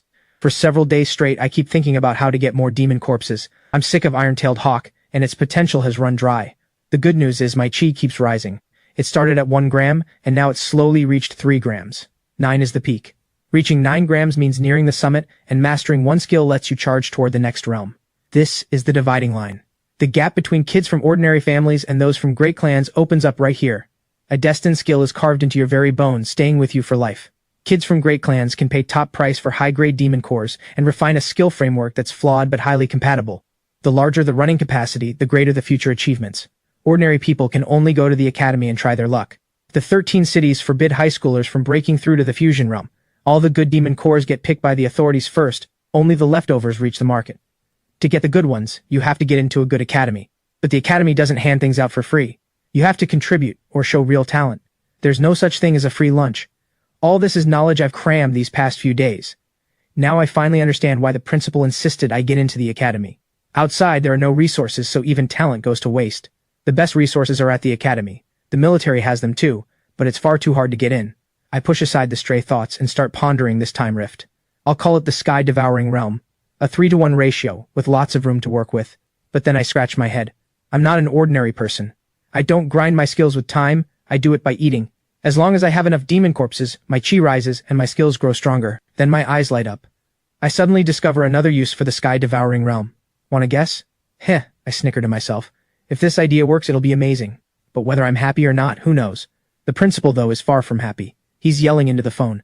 Vivian, you can't even handle this little thing. He's not just my student's student, he's also your junior sister's child. Why is it that everyone else just goes for the gilding, strolls through once and gets to sit the academy exam, but our kid has to do it for real? On the other end, Vivian smiles bitterly. Teacher, I didn't set this rule. This year all 13 cities have to do it this way. The senior sister's authority above her puts no light burden on Vivian's shoulders. The 13 cities belong to no one. They're everyone's home. Vivian sits behind her desk, military uniform crisp, long hair slightly curled, yet she has to rub her forehead to deal with her teacher's tantrum. Nonsense, you all just think I'm old now. Vivian, you know how I am. In all these years I've never asked you for anything, and now over this small thing you're all like this. Your teacher is hurt. The principal sighs and moans, and Vivian doesn't know whether to laugh or cry. Teacher, here you go again. I've got a headache too. Ordering the girl around with all that past kindness is hard to do. But that heartstring still gets plucked. Back then, how he swallowed his pride and shined shoes to trade for a demon core for Vivian, she has never forgotten. Her teacher never begs for himself, only bows his head for his students. That kindness, that weight, how could Vivian dodge it? Vivian grits her teeth, as if making a life-or-death decision. Teacher, there's actually another path, I can work it. He finally smiles. Tell me, my good student. Vivian runs her fingers over the file that just arrived, each word heavy. Have you heard of the Spark Trials? The Spark Trials? He nearly jumps up. Vivian, I've spoiled you for nothing. What rubbish are you talking? Is that something Kane can take part in? He'd be better off going to hunt demon beasts. Vivian smiles bitterly. The Spark Trials are cruel as a blade, geniuses from every major power slaughtering each other. Only those who survive become sparks. Kane wouldn't even count as cannon fodder. Teacher, you've got it wrong. As long as he makes the 13 cities top 16 and earns reserve spark qualification, he can sit the academy exam. Once the spot is in hand, I'll arrange for him to be eliminated right away. He takes his exam, and the others keep fighting. This is the best plan I can think of. Compared to charging onto a real battlefield, this path is far safer. Is it a tough ask? Vivian wants to laugh and wants to curse, but looking at her mentor, she can only nod. It's no trouble. He smiles. Good, this path is well chosen, I think it'll work. Teacher, since it's decided, then let Kane come. The selection is in the third domain. Time is tight, so I'll issue an official letter. You bring the boy over. He frowns. The third domain? That's where 10-star rifts have opened. It's the front line. Vivian nods. The higher-ups say a spark must be able to burn everything, so the front line suits best. She looks at Vivian intently. Vivian, your teacher has no other skills. I can only rely on you students. Vivian nods firmly. Don't worry, teacher. I'll arrange it all. This boy won't run into any trouble. Meanwhile, I'm buried in my notes, desperately catching up on the cultivation knowledge I missed. Mr. Bai is here. Kane, step out for a sec. The whole class turns to look. Bottle, you got in trouble again?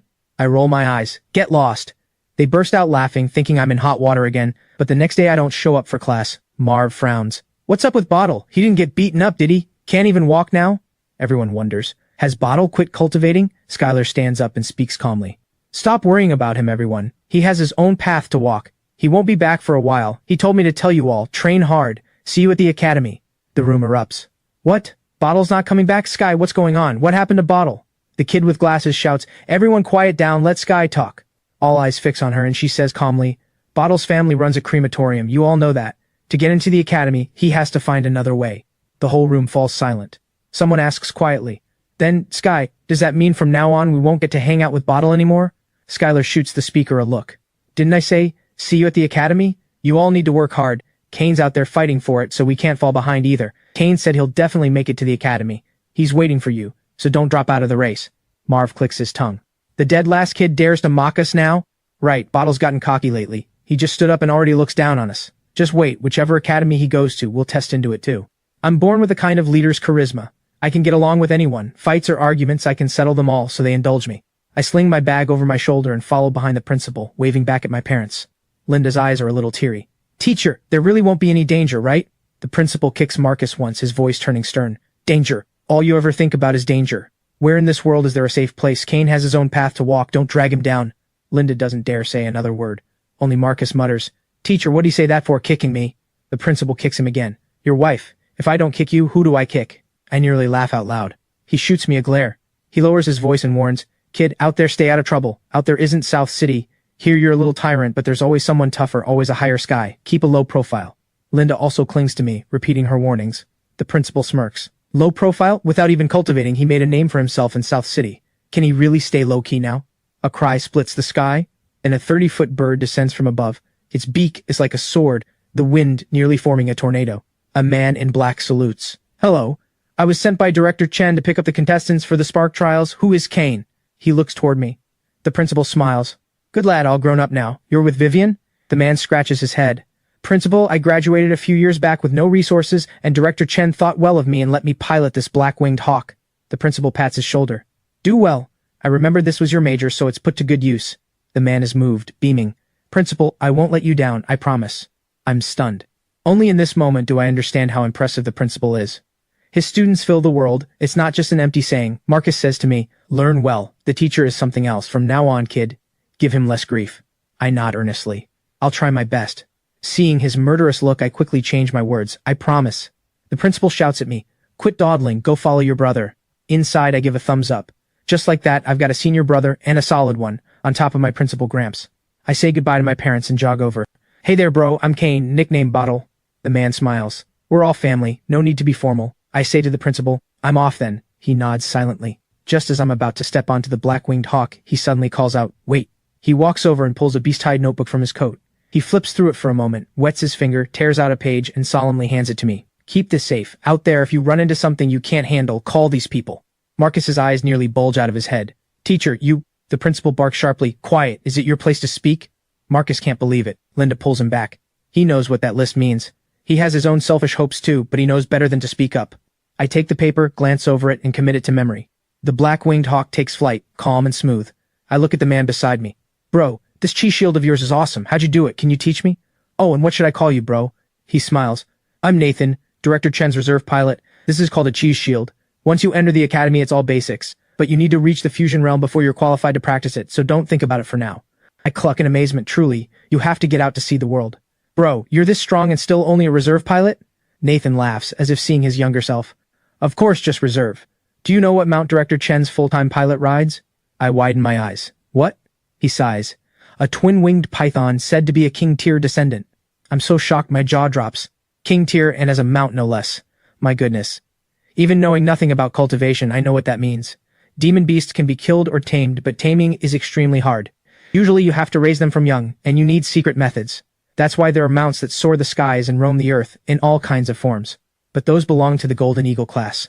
Something like an iron-tailed hawk doesn't even qualify.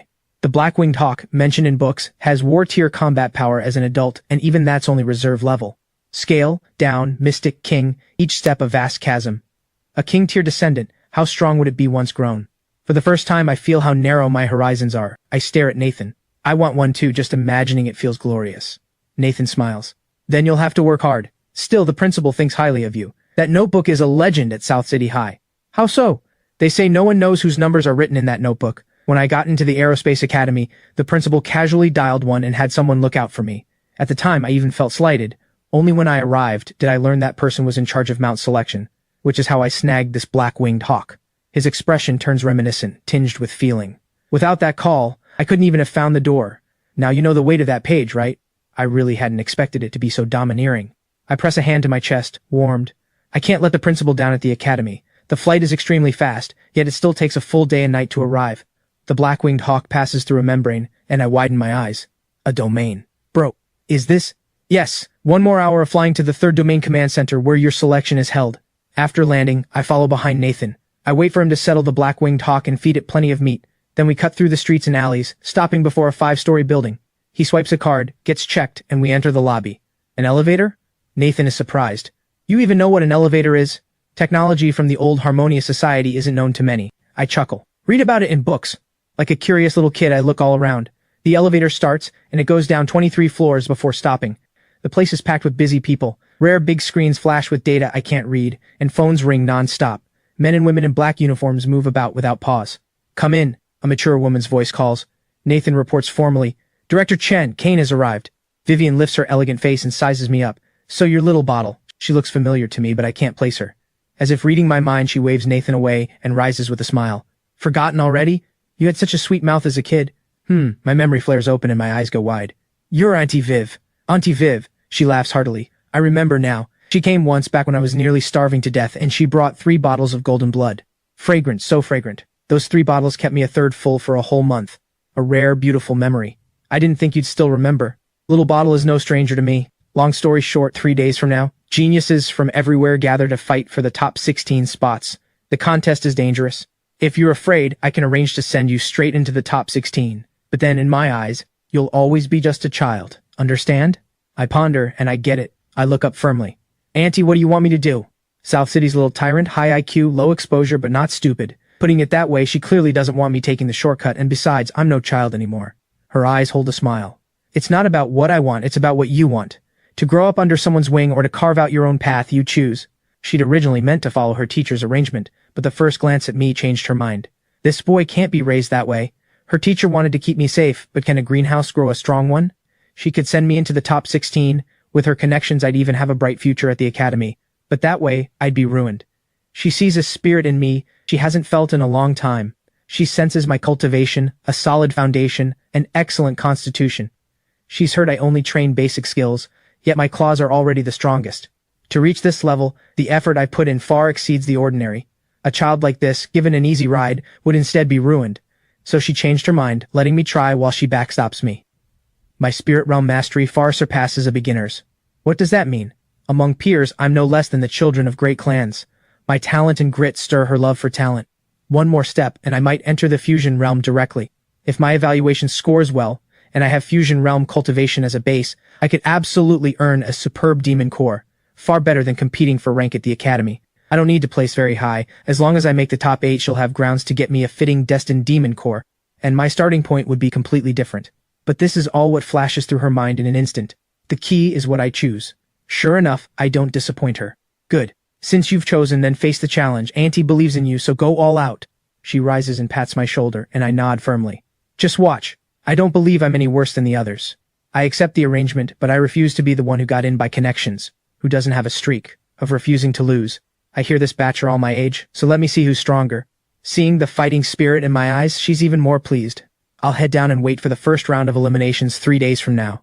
For those 3 days, I wait obediently. When I get hungry, I go into the sky-devouring realm and stew iron-tailed hawk, and my claws climb higher again, nearing perfection. But here's the problem.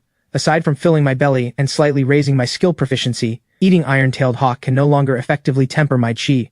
It's not entirely useless, just far too slow. Before, eating 2 raised me by a notch, now even 10 isn't enough. The gain is minuscule. I fret over what to eat next. I just talked big, so I can't fall flat right away. I have Nathan get me the 3rd domain's Demon Beast catalog to study. White Feather Rooster, Spirit Realm, Skill Golden Rooster Stance. Why would I train that? Fluff Duck, Spirit Realm, Skill Snowstorm. That's just plucking feathers, and I've got plenty of hair myself. Looking at these oddballs, I don't know whether to laugh or cry. In the end, I settle on one. The Windchaser Wolf, Spirit Realm, Signature Skill Blood Shadow, which boosts speed by 30% once active. I pick it because this skill is a lasting buff. Hard to make a destined skill, but a powerful support, and 30% is no small thing. There's one small issue for me, though. I hear the Windchaser Wolf's core could let me gain a new ability, so I go ask Auntie. Vivian sweeps back a strand of hair and smiles. Little Bottle, the Windchaser Wolf is a good choice. This first round is in a rift the military controls, and they're right there. I grin. Auntie, how exactly does the elimination round work? She waves me off. All right, if there's nothing else, off you go, and stop staying in the private room. Go mingle more with the other contestants. I'm dumbfounded. A private room is so nice. Fine. The corner of her mouth lifts, and she waves impatiently, turning back to her files. For secrecy, the test site isn't fully locked in, but I know the rift she mentioned suits me. As long as I don't wander off, I'll be fine. The Windchaser Wolf skill comes down to luck. Some people eat over a dozen cores before it works. This stuff is pure mysticism. She circles a name and rings a bell. A woman in a black uniform comes in. Director Chen, seal this off and send it to the evaluation team to arrange. The woman nods instantly, understanding this is the test site. The whole evaluation team springs into motion, setting up the Wild Wolf Rift. Meanwhile, I shuffle back up to ground level, hugging my bedroll, to a run-down old-school building, the dorm. The moment I reach the door, I hear voices. Young Lord Brent, the ones here this time are all elites of the 13 cities. Every genius below the glory realm has come, 300 of them. But young Lord Brent is Chongming City's #1 prodigy, so he's sure to sweep them all. I smirk. Here comes the villain's signature toady. Just as I go to push the door open, a furious roar erupts. Kane, of all the rotten luck, it's you. I turn around and grin. Well, well. Young Lord Lucas, what a coincidence. Lucas trembles with excitement. He couldn't cut it at school and got banished to South City, held back from rebelling only because his sister kept him in line.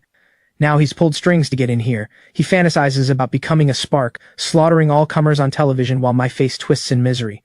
Just imagining it. But now it's even sweeter, because he spotted me. There was a road to heaven you wouldn't take. You barged through a gateless hell. This isn't South City. You don't have Skylar backing you. Kane, prepare to die. He draws a finger across his throat. I'm tickled. Prepared to die? You dare hurt someone? Young Lord Lucas, don't talk too big. Careful you don't strain something. He snorts. Relax, I won't use my family's power to crush you. I'll defeat you for real, and if you get eliminated, you won't even be worthy of losing to me. Arrogance through the roof. People around poke their heads out. Isn't that the Lucas heir? Why's he so furious? Who's he up against? The guy's got some nerve. Brent pokes his head out too, sneering. A worthless one, nothing more. Lucas's gaze sharpens. Brent, you're here too. Enemies meet. He once got into a fight with Brent that blew up big, and both were punished. Brent steps out. So what if it's me, a washed-up loser like you? What are you puffing up for? He turns to me. Hey, don't be scared, I've got your back. What can he do to you? These two are unbearably edgy. Thanks, but no need. A nobody like Lucas doesn't bother me. Brent's face darkens. He'd meant to use me to needle Lucas, but I brushed it off and now he's annoyed, thinking I'm putting on airs. Young Lord Brent is a near-perfection martial master. You're being far too cocky. A stir runs through the crowd. At an age that relies on raw talent, near perfection is indeed impressive. But some aren't impressed. A short-haired girl turns and walks off, and a boy in white twists his lips and leaves too. The toady is overbearing. I think Brent has potential, but I can't force it, and not just anyone can slip in here. The little follower forces a smile. I've got a headache, this bunch can put on a show worse than me. Forget it, thanks for the goodwill. I'm here to compete, not to form cliques. Let's just keep the peace. I push the door open, and Brent reaches out to stop me. His eyes sharpen. Then he gives a faint smile, eager for a fight. No fight breaks out, but the cameras catch it all. Vivian watches. This kid has some ability, strong yet able to hold his temper, not bad. Character matters more than talent. She values me even more now. The old man chuckles. Vivian, who's caught your interest? Listen to you, who can tell yet? We'll have to see the performance. The old man neither agrees nor disagrees. That night Brent's followers keep probing me, but I'm thinking about how to catch Windchaser wolves without the proctors noticing. I laugh it off and Brent thinks I'm being difficult. Kane, talent doesn't explain everything. Resources matter too. I smile. Much obliged. Seeing that nothing gets through to me, he grunts. A temper like yours will cost you sooner or later. The world is a cruel place. He's frustrated. One brush with me told him my cultivation isn't low, which is why he tried to recruit me. Great clans all know this game, but I didn't give him face because, well, I'm Kane. Right now there's nothing to eat. Sparks important? That thing has nothing to do with me. None of what Brent says appeals to me. The first elimination round begins. A crowd follows the black uniforms into the rift space.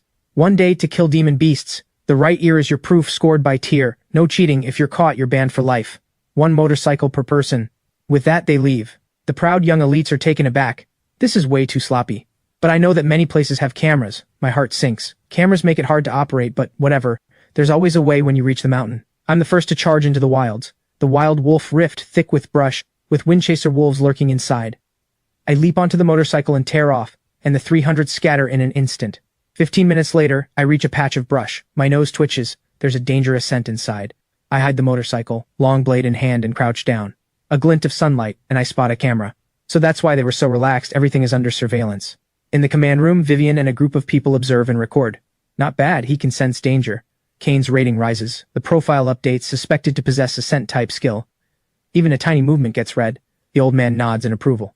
The Spark trials are also a war of information. Vivian, you've got an eye for it. Vivian smiles.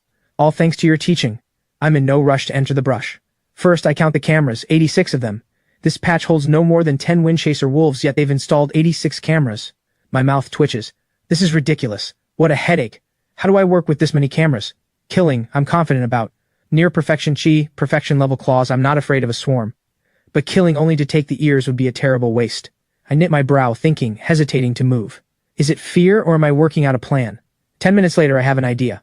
I grab a rock, jab it hard with my blade, and hurl it at the brush, channeling my chi, the technique of long-range claws. A howl rings out, and a Windchaser wolf bursts out. My eyes light up and I laugh out loud. Facing a wolf 10 feet long, I retreat like mad. I'm not luring it out to kill it slowly. I keep running, push the motorcycle upright, leap on, and twist the throttle, roaring deep into the brush. The Windchaser wolf is bewildered, and the command room is bewildered too. Death wish. I don't stop, instead I halt and taunt it, beckoning with a finger. The wolf lunges, and I deftly twist the throttle. It crashes into the brush and wakes another, and in a blink 2 of them give chase. I grin. I keep teasing them, a few more passes, and now a dozen wolves trail behind me. Now and then I use my Moon Howler Hound ability to sense the pack's positions, and repeat the trick. An hour later, more than 50 Windchaser wolves are behind me. Everyone is dumbstruck. What is this kid trying to do? Wait till he's out of fuel and dies waiting. He's insane. The recorder can't figure out what I'm doing. Director Chen sends someone. Call it off, he's going to get himself killed. The cameras have blind spots. Vivian knows the cameras outside the test zone are sparse, and if something really goes wrong, there'd be no saving him. She ponders a long while. Leave him be. Nathan, take the black-winged hawk and go check on him. Nathan sets off at once, a little anxious too. Don't really get yourself killed. I look at the 70 or 80 windchaser wolves behind me, my face lit with excitement, practically drooling. There are basically no cameras now, so I grow bolder and start closing the gap. The fastest wolf is nearly on me. I look at it and grin. Come on, sweetie. I touch the red mole on my wrist. Schwip, and that wolf is gone. Incredible. The other wolves are stunned. Where did that big companion go?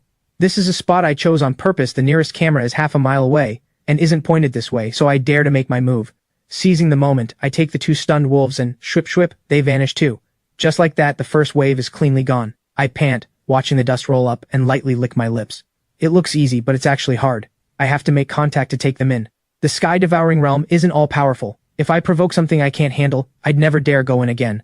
Still, no matter what, the meat stays in the pot. Once it's in the sky-devouring realm, it's already halfway into my pot. Eating it is only a matter of time. After I bag 6 in a row, I quickly right the motorcycle and keep moving. I can't stay in one spot, it's too dangerous and easy to get spotted. I have to go provoke another, then take it in. That's my plan. If I killed them one at a time, I'd always be under the cameras, and a few days would burn through them all. So to be productive, you have to take big risks, provoke a whole pack of windchaser wolves. Who cares if a few go missing?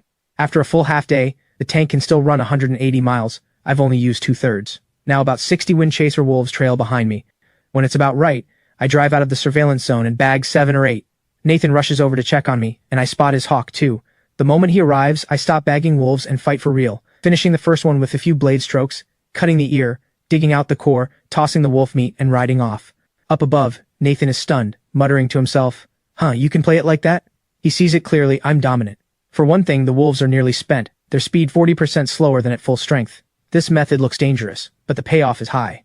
Riding the motorcycle costs me no stamina, while the wolves chase until they drop. When they collapse, I move into reap, and when the time's right, I flee. Round and round, it's practically unbeatable. Nathan is awestruck, but what about running low on fuel? I race toward the brush, stop the bike, and call out, "Hey, come on out, mind swapping bikes?" A trembling contestant crawls out on the verge of tears. "Boss, don't mess with me, get that pack away. I've been stirring up this area for ages, who could miss that rolling cloud of dust?" It's a case of the man flying out front, his soul chasing behind. Everyone steers clear of this lunatic. "I'm trying to pass the test too, why is it this hard?" I grin. "My bike can still go 12 miles. You take mine and head that way, I'll take yours and go this way so I won't bother you. How about it?" The contestant is about to cry. "Boss, with no bike, how do I compete? At near perfection, I can't move fast on foot." I smile. "If we don't swap, I won't leave. What'll you do?" His face flushes red. Pushed to the edge, he says, "I'll fight you first, then ride off. If you can run, so can I." But I show a mysterious smile. "Is that so?" A swing of my claws, and 5 streaks of blood cheese shoot out, crushing a wolf hidden in the brush that had been about to ambush him. Ugh. 10,000 alpacas stampede through his mind.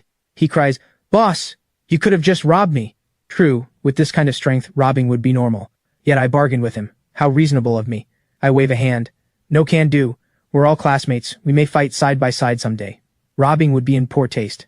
In the end, he gives in. The dust behind grows thicker. A huge wave is coming, and if he doesn't leave now, I can run, but he might not.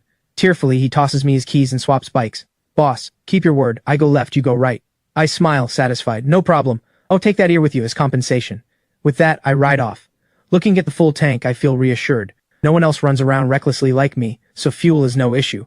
That contestant fingers the ear he got for free and is oddly a little touched. On the black-winged hawk, Nathan watches me and picks up his radio. "Director Chen, should I still tail him?" In the command room, Vivian, the old man and the recorder all fall silent. This kid is too much. With one move, I crushed a near 5-gram wolf and everyone saw it. With this kind of strength, why not just kill straightforwardly? Why all these antics? What's the point, the thrill? Vivian rubs her temples. Bring him back, let him court his own doom. For the first time, she can't read me. Inwardly, she curses, little rascal. The old man laughs. "Vivian, this is the very boy old Mo asked us to look after." She nods helplessly. "The teacher put in a word too." The old man laughs heartily. "Of course. He even said the boy was such a good kid. Only this performance—" Tisk tisk tisk. Vivian's face reddens slightly. She knows he's teasing her, but the boy's one of her own after all. As an elder, what can she do? Clean up the mess. Let's look at the other contestants. She changes the subject. The recorder quietly writes down outstanding strength, but the temperament, someone just writes, out of his mind. Damn it, what on earth are you after? Nathan is gone. With less attention on me, I cut loose completely. And it's not just me.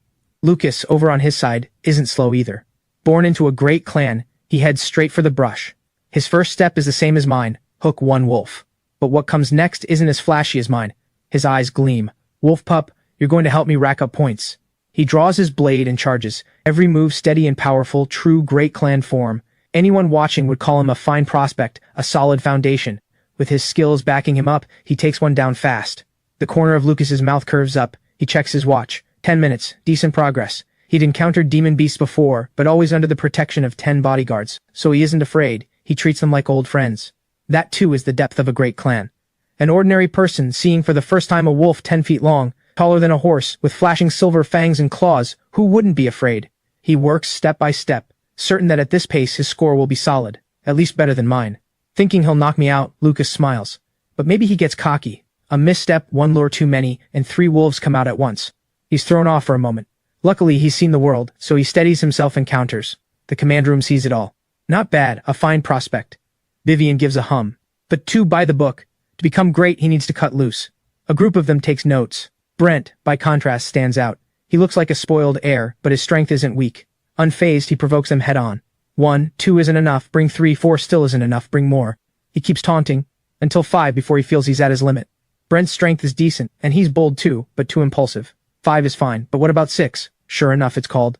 A smaller wolf slips in, and Brent's pressure doubles. Among the others, 1 stands apart. He carries a 6-foot blade on his back, one hand on the hilt, the other bracing the spine. What a massive blade. Impressive. It is big, and impressive. He's already crossed the threshold, and his skill is a body-strengthening one too. Good synergy. Maybe someone at home is guiding him. What's his name? Titus. Watching him battle a whole pack alone, and even pressing the pack down, he truly carries the air of a chosen one. There's also a boy in black-rimmed glasses. Though he has near perfection cultivation, he fights unusually conservatively, every move using the smallest motion for the greatest damage. Calvin. Ah, he's of the Calvin clan, that explains it. The Calvin clan is famed for calculation, an 18-move chain to take down wolves, natural-born mathematicians. 100 flowers bloom, 100 schools contend. The elders nod. The overall strength is good, worth cultivating. If not for an oddball like me, the assessment would have ended perfectly. I tear through the wilds with a string of tagalongs trailing wolves, bears, and 3-legged golden fowl behind me. The procession grows larger and larger, and slowly it gets out of hand. I haven't stopped to restock in half an hour, and the windchaser wolves keep getting faster, almost catching my motorcycle. The sky darkens, the headlight harsh, and I have no idea where I've ended up. Night suits my work better. Now and then I kill a few, bag a few. The leopard bears I don't dare touch. They feel like something I can't provoke, so I stick to wolves. With a near-perfection body, staying up all night feels like play. The others don't dare sleep, afraid of being eliminated. I wander around aimlessly, stirring up every demon beast there is. At dawn I duck into the sky-devouring realm to stew meat. Near 3-gram windchaser wolf, lesser demon ear. The meat is on the tough side, little flesh and a lot of bone. The bones can be boiled into a broth that slightly raises chi density, and the meat slightly improves fullness. 80 grams of strong liquor, 200 grams of dried chili, 10 grams of bay leaves, simmer low and slow. Note: the windchaser wolf holds a trace of wind insight, which may randomly be absorbed. Review: hard to swallow, but if you're starving you can have a taste. Still a sassy review, but much better than before. Even a dog won't eat it, has become hard to swallow. The food's improving. I heat the pan with oil, drop in the wolf meat, then the seasonings. Outside, the demon beasts are going mad. Wolves howling, tigers roaring, bears bellowing, all of them hunting for me. Led on a chase all day, they're bottling up their fury, every one of them wanting to eat me to vent. But the man has vanished, so how could they not go wild? Trees are knocked crooked as they rampage everywhere. The contestants are the ones who suffer. They'd meant to grind out a lead overnight, only to run into a riot. Fusion realm demon beasts appear, their terrifying aura making people tremble. They hide in the brush, not daring to move, not daring to kill, wailing inside. Their scores were already poor, and now they're truly finished. The command room is at a loss. Director Chen, where did that kid run off to? The demon beasts have gone berserk, and who knows how many cameras are wrecked. Vivian's face hardens. What, can't we afford that much? This is an assessment, accidents happen. Blame the poor contingency plan, how can you blame a contestant? The crowd flushes red. We had no idea there'd be a contestant like this. Nathan thinks to himself, Director Chen protects her own as always. I'm glad I come from this faction. At last day breaks, and the demon beasts, unable to find me, settle down. Full and content, I nap a while in the scripture hall, then sit down to count my spoils. 35 right ears in all. This score should be enough, right? At the very least it won't get me eliminated. Then again, hard to say. Since Auntie believes in me, I can't let her down. So I bag 5 more windchaser wolves, rounding it up to 40. That settles it. The only thing is the wolf meat has to be eaten soon or it'll spoil, a sweet kind of trouble. I wash my clothes, the smell on them is too strong. I let out a satisfied burp, step cautiously out of the sky-devouring realm and find no pursuers left outside. I grin, pick a direction and gun it. Around 10 o'clock the contestants trickle back, all of them looking grim, Brent included. So damn infuriating. A whole night and nothing to show, didn't dare make a move, didn't even dare sleep, terrified of an ambush. This night is the cruelest the world has shown them yet. How'd it go? Not great, probably dead last, you? Same here, just a little I got during the day, I'm done for this time. My dad's gonna kill me when I get home. One and done, it's embarrassing to even mention. Don't even start, no idea what got into the demon beasts howling all night instead of sleeping. Same with me. Amid the chatter, Brent's and Lucas's faces ease a little. If everyone's like this, the rankings might not shift much. They glance at Calvin and Titus, the real rivals, wondering how those two fared. Once nearly everyone is gathered, the assessment team appears and checks a watch. 3 minutes left, anyone who can't return on time will be eliminated. Everyone is looking around. Lucas is looking for me, sneering inside, still not back by now, most likely he won't make it. Brent is puzzled too. On paper my strength isn't bad, so how could I fail to return?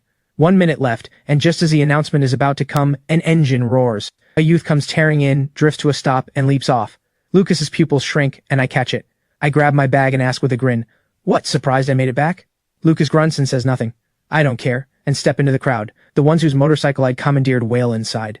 Good grief, how is this menace still alive? Others may not know what caused the riot, but surely he knows.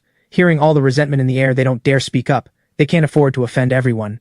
In the end, a few of them stand behind me and whisper, "Boss, how about I roll with you from now on?" Before I can answer, the assessment team speaks. Time's up, we'll now tally the scores. Staff seal off the entrance. Anyone arriving after this gets no score. Only now do I realize I made it back right on the wire, a little relieved. If I'd overslept, I'd be done. I also hear the 3 boys behind me talking. With the goodwill of the bike I gave away, it'd be rude to ignore them. What did you all just say? The few exchange glances and relax. So they'd all had their bikes taken too. The one in front, a youth with acne, repeats it. "Boss, let us roll with you."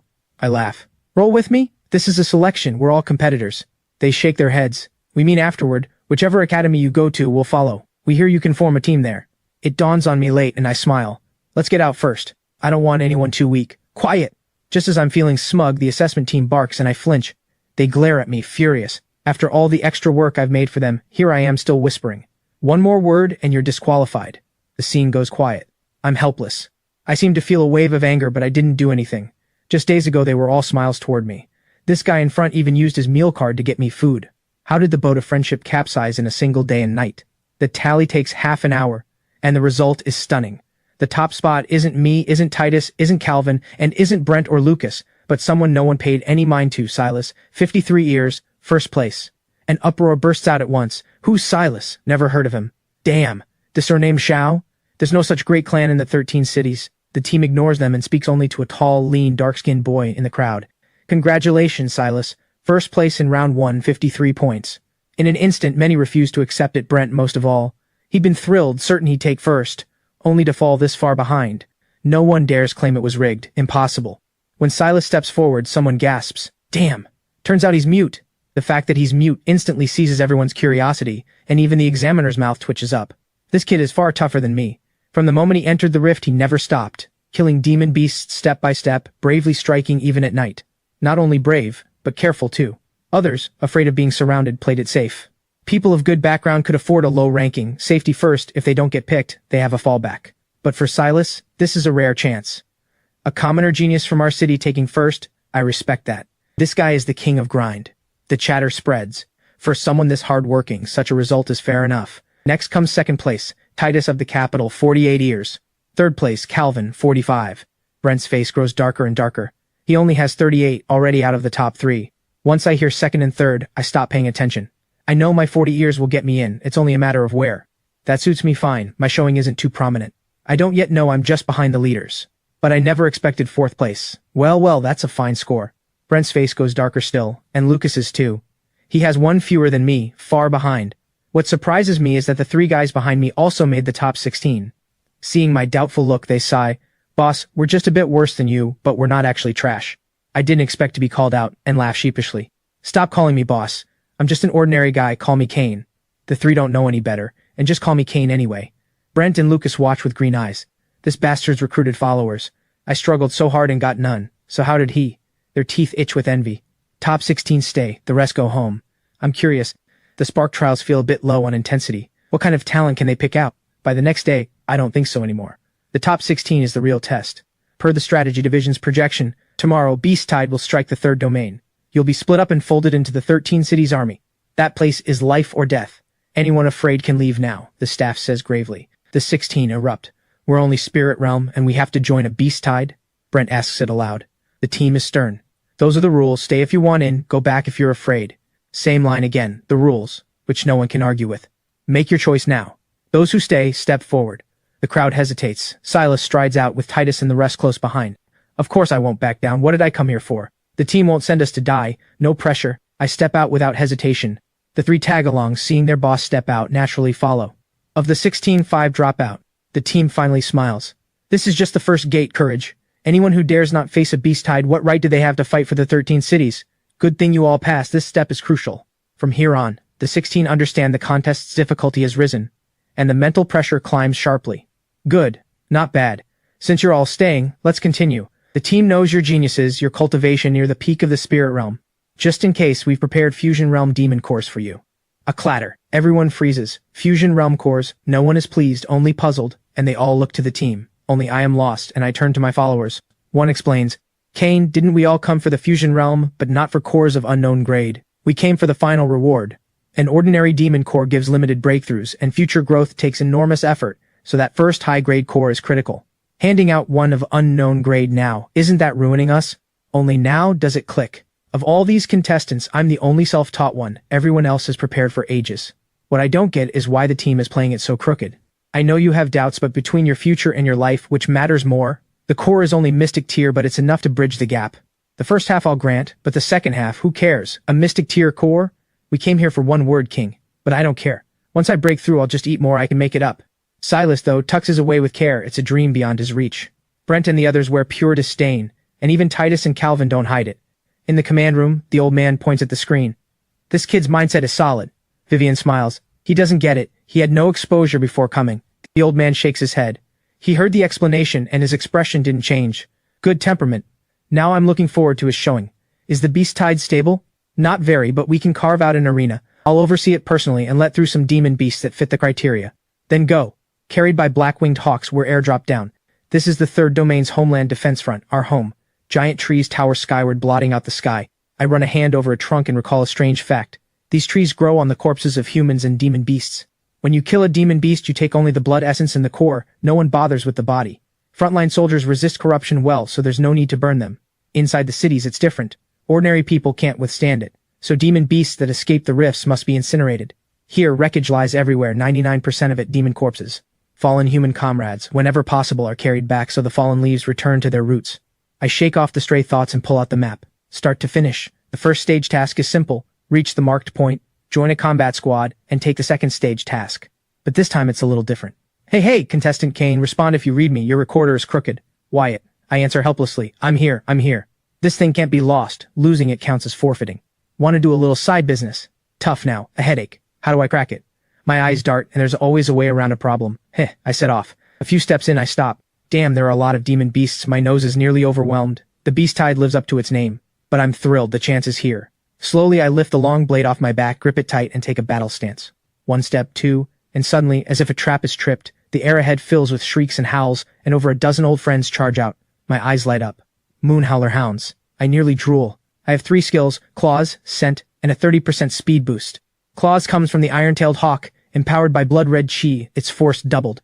Even a spirit realm at perfection, I can form a phantom palm and kill from range. The fusion realm I don't dare dream of yet. Scent comes from the Moonhowler hound, but sadly I've only eaten 1, stuck at major mastery, so never mind. Skills have 5 stages: novice, minor mastery, major mastery, perfection, grandmaster, each a world apart. Now with 10 Moonhowler hounds, once I eat them all, how sharp will my nose get? In the command room, Nathan frowns. Director Chen, 10 spirit realm Moonhowler hounds at once. I'm afraid he can't hold up. Vivian sneers. You underestimate him badly. After the chaos he caused in round 1, you think he's only got a couple of tricks? Once he handles this batch, release the second batch straight into the third. But that's 50 of them, plus a half-step fusion realm hound king. If he can't beat it, he can run. If I don't rein in that temper of his, he'll be flying off the handle for good. Nathan has no words. This bottle really is too much. Facing 10 Moonhowler hounds, I smile. Come on. Sweetie. I spring up onto a tree 15 feet high and fling out my blade. The next second, the blood-red claws twist into a giant hand, grip the hilt firmly, and sweep across. The 3 Moonhowler hounds at the front are beheaded on the spot. Nathan cries out, "Damn, he's insane." The others crowd around, staring at the screen, faces full of shock. This is the kid who caused trouble everywhere in round 1. Good heavens, how old is he? Just a high school senior, and he's already trained a skill to perfection. Is this a genius or a grinder? No wonder he dared to run wild and show off in round 1. Turns out he does have real skill. To bring a skill to perfection while still in high school earns you an entry ticket to the academy outright. But precisely because of that, they wonder why I still came to the Spark trials. When they open my file, everyone falls silent, some even ashamed. Good heavens, this kid actually comes from a crematorium. What were his parents thinking? An absolute waste of a person. Nathan already knew the whole story, and just looks at the unruffled Vivian. Director Chen, did you know all along how strong Kane is? Vivian smiles faintly. He's one of my own, after all. The room is stunned. After I behead the 3 Moonhowler hounds, I enrage the 7 behind them, and they rush me as one, spitting out a glittering ball of light from their mouths. A chill runs through me. I know this is the Moonhowler hound's greatest ability, the ranged moon disc. With a quick dodge and weave, I evade the focused barrage, and the giant tree behind me bursts apart. But I don't flinch either. My blade sweeps, and the fierce fight is on. 10 minutes later, a smile on my lips, I straighten up, draw back my blade, and wipe the blood off the edge. Nothing more to it. To take on 10 same-tier Moonhowler hounds alone at this age is already top of the class. Just as I'm about to collect the bodies, my eyes nearly pop out. Damn, I've kicked the hornet's nest. 50 Moonhowler hounds charge at me. I can't spare a thought for the bodies, I bolt for my life. With no motorcycle now, on my legs alone, even at top speed I can barely stay ahead. The man flies out front, the hounds chasing behind, a sorry sight. This has the people in the command room bursting into laughter. I'm dying. This kid seemed invincible a second ago, and now he's a drowned rat. Let's see how he handles this. But he won't really get hurt, will he? Someone looks to Vivian, and Vivian too is curious just where Kane's limit lies. Keep a close watch. The rest of you back to your posts. Don't the other contestants need watching? Then she returns to her private room and makes a call. Hello, bro. There's something I need to tell you. I'm in real misery now. The nearest Moonhowler hound is under 15 feet away, and I can clearly feel its attacks graze past me. I'm crying inside that I can't take it. If I weren't lugging the camera, I'd really duck into the sky-devouring realm. I instinctively block the camera, and the nearest Moonhowler hound has already pounced sideways at me. I curse inside, damn, take it, and the instant we touch, I sweep the Moonhowler hound into the sky-devouring realm. But to my surprise, the Moonhowler hounds turn even more frenzied, chasing harder. They chase, I flee, and whenever I get a chance I take one in, with the occasional counter-kill. In the end, the Moonhowler hounds keep dropping in number, but I'm nearly spent too, having run dozens of miles on foot. If not for Chi strengthening my body, I'd have collapsed long ago. When only 6 or 7 are left, a Moonhowler hound with half-crimson eyes lets out a howl, and my heart jolts. I'd noticed long ago that this one is the leader. Feeling its aura, I know I can't fight it head-on. This is a fusion realm hound at the very least. I run even faster, not daring even to look back. After running for who knows how many hours, I suddenly find the Moonhowler hounds have stopped chasing. The half-step fusion realm Moonhowler hound shadows my every move, but it doesn't dare come closer. Its eyes lock fiercely on the direction, yet it won't take a single step forward. Seeing it give up the chase, I breathe a sigh of relief, run another 5 or 6 minutes, and only then climb a tree and let out a long breath. That cursed thing is really vicious. Its nose still sharp, impossible to shake. Yes, the Moonhowler hound's sense of smell is keen, and I can't escape it. I've heard there's a scent masking powder, but I don't have any. Who would equip me with that kind of thing? But when I look at the map, I frown slightly, staring at it in frustration. Where the hell is this? The landmarks stopped matching long ago, and I have no idea where I've ended up. But then a sky-shaking roar erupts, the sound wave setting my head buzzing. I instinctively curl up against the trunk, eyes fixed on the source. I'm stunned.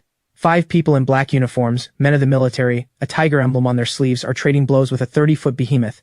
The 5 each hold a direction, forming an encirclement, all using ranged skills. I'm so awestruck my mouth won't close. Whoa, the Hurricane Beast's wind surge. Isn't that the Hurricane Beast's signature skill? Heavens, what's that? A flame arrow, the magma behemoth's specialty. The 5's techniques all come from the Cultivator Story Digest, handled with ease, their proficiency far from low. The crucial thing is, that behemoth is dodging too. A skill misses, hits the ground, and ignites. The Vanguard seals off the flames, which only burn brighter. I'm too frightened to move, gripping my wrist hard, ready to flee into the sky-devouring realm at any moment. The battle is at least half a mile from me, yet I can still feel the heat and the sound waves. A sharp light bursts in my eyes. This is what a cultivator is. Could this be the fusion realm? But the next second I decide I'm wrong. The behemoth goes berserk, unleashing a force that makes it impossible for me to stand. Absolutely not the fusion realm. The fusion realm couldn't be this monstrous. Then it must be the mystic realm, I guess, but the next second I'm wrong again. As the behemoth fights back, the 5 bring out their ultimate moves too. The leader calmly utters, "Suppress." With a boom, even half a mile away, I feel myself enter a strange state. The feeling is hard to name. Submission, obedience, I can't tell them apart. Sweat streams down my forehead, my jaw clenched tight, grinding. A king's domain. I'm about to lose it. King tier, that's the heavens themselves. A king tier is someone an ordinary person never meets in a lifetime, and now one stands right here before me. If I weren't bent double, I'd be over the moon with excitement. And that man frowns slightly too, sweeping a glance my way, then turns back to focus on the behemoth, and the pressure on me drops sharply. Today I've truly had my eyes opened, witnessing a top-tier battle. A king-tier fight, while I wouldn't say it destroys the heavens, could certainly be called earth-shattering. To watch this spectacle, I force myself to stay despite the pressure. I'm already here, wouldn't leaving early be a waste? A king-tier battle isn't something you can see just any time. That behemoth is naturally king-tier too. Or why would one king-tier and 4 mystic-tier masters be ganging up to kill it? Half an hour later, the battle ends. An ice spike falls, and the demon beast dies. The king-tier man lets out a breath and clears the field, extracting the blood essence in the core. With a sideways shift, he's standing right in front of me. Kid, where did you come from? What are you doing running out here? I wipe the camera and wipe my sweat. Sir, I'm a contestant in the assessment. I tell him the whole story of being chased on the run by the Moonhowler hounds. He laughs. You little rascal, is this a place you can wander into? Your test is in the outer zone, this is the inner zone. You're lucky, with a king-tier demon beast's presence keeping things cowed. Otherwise, the moment you stepped in, even a rat could finish you. The weakest thing here has glory-tier strength. I freeze. I really did get cocky, banking on the sky-devouring realm, thinking I could always run if I couldn't win. But what if the enemy just holds its ground? In an instant, it could kill me. A wave of dread surges up. Now I know fear. He smiles more openly, especially after I give my name. Alright, no demon beast will return for half a day. We're heading deeper to support the inner territory. Here's a map. Find your own way out. I take the map. A true strategic map, far better than mine. Sir, I'll take it then. What will you use? Do I look like I need this thing? Quit fussing, get moving. I want to go, and I know it's dangerous, but I can't bear to leave. Glancing back every few steps. He sees through me. What, never seen a king-tier demon beast and want to look? I smile sheepishly. I really haven't, and I'm curious. To my surprise, he hauls me back right up to the demon beast's corpse. My breathing quickens. Take your look, get your fill, then scram. Then he says to the men in black, while you're at it, leave the kid a claw and bore a hole in it. One of them cuts off a claw 1.5 feet long, bores a hole, and tosses it over. The man hands it to me. If you want to live, hang it around your neck. It'll at least get you out. I'm dumbfounded. 1.5 foot claw gleaming bright. Around my neck, and it'll bump against me too. He nods, holding back a laugh. Grit my teeth and put it on. The weight is immense, so I have to steady it carefully. Alright, go take your look. We're off. Get back to the outer zone within 2 hours. He and his men vanish in a single leap. I gaze at the behemoth, nearly drooling. Hey sir, what's your name? A voice comes from the distance. Surname Mo. Mo. The principal's surname is Mo too. His son turned out impressive. Could he be the principal's son? But if the son's this incredible, how could the father not be? I can't figure it out, so I shake my head and let it go. Holding the camera, I pretend to inspect the demon beast. 10 minutes later, I turn sideways to block the lens and, in a flash, sweep the corpse into the sky-devouring realm, my heart pounding like thunder. A king-tier. Imagine how strong I'd get from eating it. It mastered wind, rain, and sound waves, and was fast. So fast that even a 5-man encirclement nearly failed to hold it. I felt its sound wave attack firsthand. If I ate it, how monstrous I'd become. A horse won't fatten without night fodder, a man won't get rich without a windfall, and with this step I'm about to take off. Others risk their lives for a single king-tier core to awaken a high-quality ability, while I directly gain the whole corpse. Of course only I can use it, but that doesn't change the fact that I know I'm about to soar. The flesh will rot, only the claws and fangs are useful. The third domain doesn't fear corruption, so the custom is to take only the essence. They aren't worried I'll cause trouble either. What could I do with something this huge? Besides, demon beasts must not be eaten as an iron law. I'm itching to dive into the realm at once and make a shield, a king-tier crepe wrap, but I hold back, it's too risky. Old Mo said I have to be out within 2 hours, and half an hour has passed, so I make a quick retreat. My walk looks odd, 1.5 foot claw hanging from my neck, and with the map in hand I finally understand, this is the dividing line. No wonder the Moonhowler hounds stopped chasing. Smart dogs. The moment I cross back into the outer zone, the command room signal returns. Nathan is overjoyed. Kane's back! Vivian hurries over. My disappearance just now had terrified her. The footage shakes, and as the replay streams back, everyone falls silent. Nathan murmurs, Director Chen, this kid is far too bold. At this rate, I'm afraid he'll get himself killed. That was the inner zone. How does a spirit realm even dare? Vivian too falls silent. The footage is choppy but clear. 50 Moonhowler hounds chasing me, no small pressure, and that I stayed lucid under a king's domain is remarkable in itself. The idea in her mind takes deeper root. Nathan asks, Major Mo seemed to know Kane. Hasn't he been away for many years, unable to come back? Vivian's lips curve. I bet he's seen a photo. Nathan slaps his forehead. True enough. Still, this kid is lucky. A blessing in disguise, he watched a great battle, and even came away with a king-tier demon beast claw to forge. Up until the mystic realm, he won't have to worry about a weapon. Nathan can't help but envy it. A weapon made from king-tier claws or fangs is incredibly hard to come by, and it just fell into his hands. There's even a bit of hide left on the claw. With a little work it becomes a handguard, and the defense on that would be top-notch. How could anyone not be envious? And it isn't just Nathan, even the others are green with envy. I've delayed too long. The sun is nearly down and I have to find a squad or I'll lose my qualification, even though I've already earned the entry ticket. Who wouldn't want to do better? A king tier corps is useless to me, but it could bring honor to the principal. He swallowed his pride to ask for this chance, and I can't shame him. I decided before I came, even as a connections pick, I'll be the toughest of the bunch. I switch back to the map and search for the squad's direction. Meanwhile, somewhere in the outer zone, a 3-man squad is fanning themselves in the breeze. Boss, how did this lousy job land on us again? You're hopeless. Right, these little princes are hard to please, and if anything goes wrong, we take the fall. The dark-faced man in charge says coldly, "Are you calling the shots, or am I?" The two fall silent at once. On the left, Slim sighs. "Fine, whatever, just our luck. I just hope this one's an easy job." But the dark-faced boss doesn't buy it. Experience tells him the one coming will be nothing but trouble. A rustling. He sees branches sway. Someone's coming, get ready. The two scramble up at once and draw their weapons, firearms of all things. Boone stares at the figure with the strange object hanging from his neck, frowns and even rubs his eyes. "Slim, doesn't that thing look like a demon beast's claw?" Slim looks through his scope and his jaw drops. "Boss, it does. A claw that big, where did he get it? A spirit realm could take down something of that grade?" Boone has no answer. Finally he grits his teeth. "Forget it, let's test him first. If he really got it himself, the three of us combined wouldn't be a match for him." He can already picture the beating. They take aim. I'm walking along, steadying the king-tier demon beast's claw, sniffing the air now and then. This claw works wonders. The whole way there's been no trace of demon beasts, until I catch the scent of people. Just as I'm about to head over, I suddenly sense a cold gust. Whoa! I dodge hard. Damn, someone's ambushing me, bullets raining down. Firearms are useless against demon beasts, but to a spirit realm like me they're deadly. I duck behind a giant tree and nearly bite it. My adrenaline spikes. Thrilling. So thrilling. In a flash I understand. The task is to find a squad, but they aren't helpers, they're opponents. This is the real test. Heh, you're Kane, right? Hand over your contestant card and we won't shoot you. So it's the card. I sneer. Handing it over means dropping out, which I won't accept. The command room is watching me too. What do you think this kid will do? I don't believe he'll be scared. He'll give us a surprise. Don't oversell it, this is for real. Before the words land, a mortar shell drops. My pupils contract. Whoa, they mean it. Run. I dart out from behind a small tree, mind racing. Up on the high ground, the three grind their teeth. Damn it, don't let me get a clean shot. I could run for it, but the second round clue is on them. I won't hand over the card, and I can't beat them. A stalemate. I stare at them, my gaze firm. Want to make me quit? Not a chance. I straighten the camera, take a deep breath, and set the king-tier claw on the ground. It hampers me. I can't put it into the sky-devouring realm, since it's something out in the open, and stowing it would blow my cover. The high ground is about 40 feet tall, with trees around it, and once I'm close beneath it, I'm safe. 3 against 1, no big deal. The trees are about 25 feet apart, and the ones in between have been cut down. I get it, and the corner of my mouth lifts. Courage. The courage to face fear head on. This is by design, either charge through or surrender. But I, Kane, am of warrior's blood. I burst forward, charging toward a giant tree off to the side, a bullet grazing my scalp, thud, and I clear one tree. Nathan's palms sweat, his face flushed.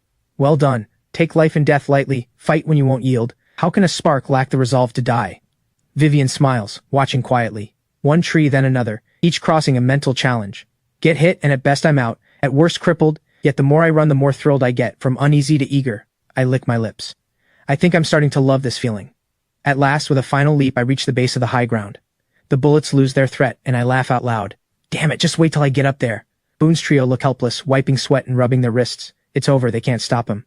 I catch my breath, curse, and fling out my claws, hooking the edge of the high ground, yanking hard and vaulting up. No one expected claws could be used like this.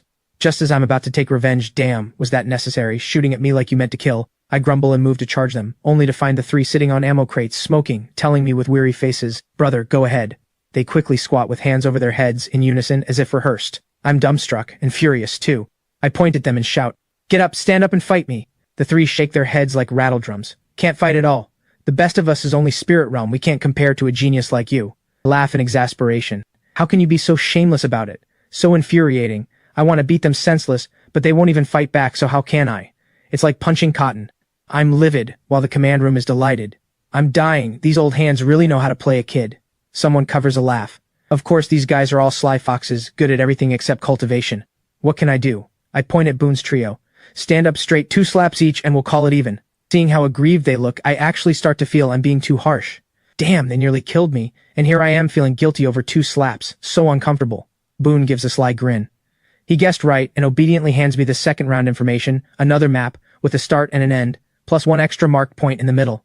Seeing my confusion, he says quietly, This is the convergence point. You'll meet another contestant there, but only one can move on. He's done me a favor, and now I feel even worse about hitting them. I wave irritably. Fine, got it. Lucky for you, I'm easygoing. The three snicker, watching me head off. I gather my gear, including that king tier claw. Boone asks, curious. Kid, what demon beast is that claw from? I give a snort. King tier, never seen one, have you? I walk off without looking back. Time is short, and night has fallen. Starlight seeps into the dense forest, and I travel by moonlight, but the calm has vanished, making me wonder if the claw is fake. But then it makes sense. No wonder old Mo said I had to be out within 2 hours. A king tier claw can't keep deterring forever. If it worked indefinitely, you'd run rampant everywhere. Then why bother cultivating? If it stops working, I'll just stop relying on it. I can clearly feel the demon beast tier rising, even catching a whiff of fusion realm aura. If I weren't fast, I'd already be in a hard fight. Finally, at midnight, I spot the convergence point, a single marked cabin. I'd thought it was a rest stop, but the aftershocks of a fight reach me. Someone's battling. I creep closer carefully, and sure enough, I see a man in a sorry state. The more I watch, the more amused I get. Brent, isn't this the guy who wanted to recruit me as a follower? He's being mobbed by 3 peak spirit realm demon beasts, barely holding on alone. I find a tall tree and settle in, where I don't block my view and don't draw aggro. This sort of thing I'm very good at. Grinning, I take out some jerky and watch with relish. This infuriates Brent. He wouldn't normally be this angry. Running into demon beasts during the assessment is perfectly normal, but what stings is the comparison. He knew he'd meet a contestant here, so he came late and on purpose, treading carefully, only to be surrounded by 3 demon beasts the moment he arrived. Wow, he's getting battered. No serious wounds, but utterly humiliating, and now he's a complete mess. The crucial part is he spotted me, catching from the corner of his eye that I'm sitting in a tree enjoying the show, munching jerky, and he instantly snaps. Damn, don't just gang up on me, there's another one up in that tree. I'm not having it. Brent, we've got our little spat, but no need to drag me into it, right? I crack myself up saying it. He's blown a fuse. Kane, don't get smug. Once I'm done here, you and me one-on-one. I don't care, and wave him off, chomping a piece of jerky, unbothered. Brent, your conscience is rotten through. Let's see how much strength you've got left in a bit. Oh right, I hear only one person walks out of this line. His heart sinks to the bottom. That's right, the reason he was so careful was fear of someone swooping in to reap the rewards, and now he's the one who struck first, burning through his strength. How much will he have left? Even if he has some, against me at full strength he has no chance. The gap between one near perfection and another isn't that big. He gets distracted, takes a hit to the shoulder and grunts. I'm a bit surprised this Brent has real skill. Out of goodwill I warn him, watch your right. But he's the type who, the moment he hears right, has to show off instead of listening, and takes another solid hit, another muffled grunt. I'm dumbstruck and cover my eyes. In the command room, Nathan asks, Director Chen, this isn't fair, is it? Even on my side he feels it's bullying. Vivian doesn't answer. Someone else laughs. Not fair? This is just the beginning, the appetizer. Nathan's mouth falls open. Still just the appetizer? He stares at the screen. Just as Brent is about to cut down one of the demon beasts, a beast's howl erupts behind him, high and piercing, and a black-winged hawk, 10 feet long with a 26-foot wingspan, appears in the sky. Nathan exclaims, Holy crap, Fusion Realm. The man laughs. The real show's only just starting. Vivian smiles too. Yes, the show begins. The black-winged hawk beats its wings, and a violent gale rises, throwing off Brent's rhythm and stunning me up in the treetop too. What's going on? Fusion Realm? Completely off the charts. The assessment team always sets challenges within what we can handle, but this time something's gone wrong. Below, Brent can't withstand the pressure, swaying in the wind, and in a flash small cuts open across his body, blood streaming. He shouts at me, Kane, stop watching the show, someone's about to die. I know I can't just watch, the assessment has clearly gone wrong. Banter aside and grudges aside, when it counts, Kane doesn't fall short. We've traded words, but we both know we might be teammates someday, and we never truly fell out. Now his life hangs by a thread, and I have to act. I leap down from 15 feet, slamming a crater into the ground, and raise the King Tier Claw, calling to Brent, Brent, get over here, quick. I want to use it to block the wind blades. Brent stares at me in disbelief. What did you just call me, Bren? Brent never expected me to call him that. Seeing him frozen in place, I curse at him. Hurry up, you're about to bleed out, damn it. Only then does Brent feel the pain. His wounds are streaming, and in a blink he's a bloody mess. He rushes behind me, and together we hold up the claw. The moment he touches it, something feels off. This thing, quit your yapping. Kane! Brent yells. Think of something fast. What's this black-winged hawk's killer move? How do we deal with it? I know how dire this is. One wrong move and we all die. Think of something. I've got no plan. That thing's a Fusion Realm beast. Once you reach the Fusion Realm, it's a whole different world. We keep backing up, and before the words even fade, the black-winged hawk lunges. Its beak tears down hard. If our skill hadn't held, we'd already be bleeding ruins. Damn it.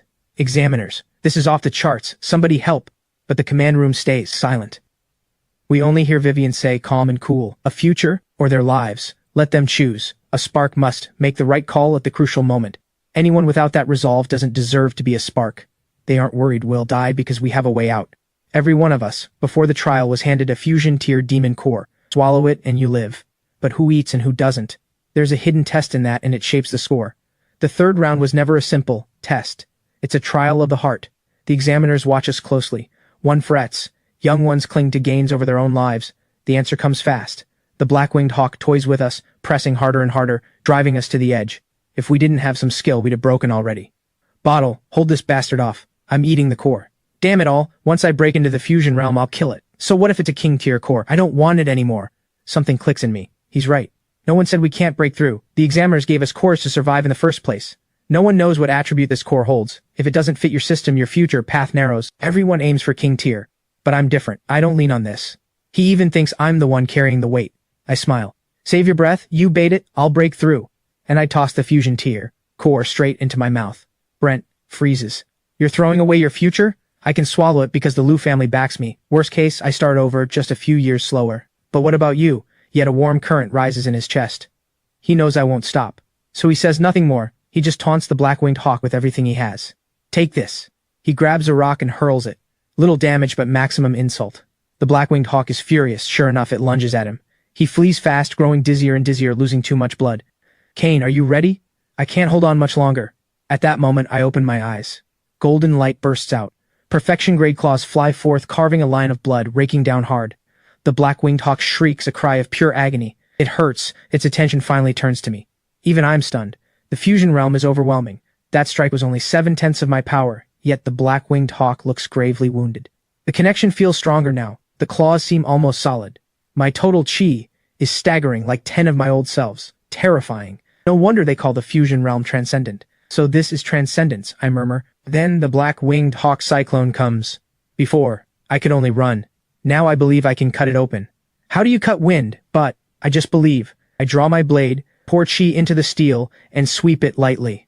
Blood red fills the sky. The cyclone turns solid, like a real object, and is split clean in two, crashing wildly to both sides, shattering the trees. It freezes, clutching its wound. How is Kane's fusion realm this strong? No. He just entered the fusion realm, and on a mystic tier core too. How is it possible? The command room erupts. Barrier break. Barrier break is an ability only a rare few grasp after the fusion realm. There's no pattern to it. It comes by talent or pure chance, chi that breaks chi. Even a king tier can't beg for it. Yet he just entered the fusion realm and landed it on his second move. Everything they believed is shattered. Vivian is shocked and overjoyed. He's grasped barrier break. It means he's already surpassed 90% of his peers. His future is limitless. And his chi is blood red and its volume is astonishing. With a mere mystic tier core, he's reached king tier levels. If it had been a king tier core, she dares not even imagine. Someone sighs. Such a shame. This kid still has to take the long way around. But Vivian smiles. The principal asks, what are you smiling at? This is our own seedling. Switching paths now would just waste his time. She doesn't answer. She tosses out a file folder. Everyone rushes to open it. A few words are written across it. The snowmelt pill. Someone gasps. Only then does Vivian smile faintly and explain. This is something developed, only very recently. It lets a person dissolve their original demon core and swallow a new one with zero harm. It just came out not long ago. They're among the first to catch it, otherwise the examiners wouldn't have set a trial like this.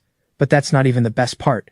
The best part is that the potential of the core the snowmelt pill dissolves doesn't vanish, it stacks.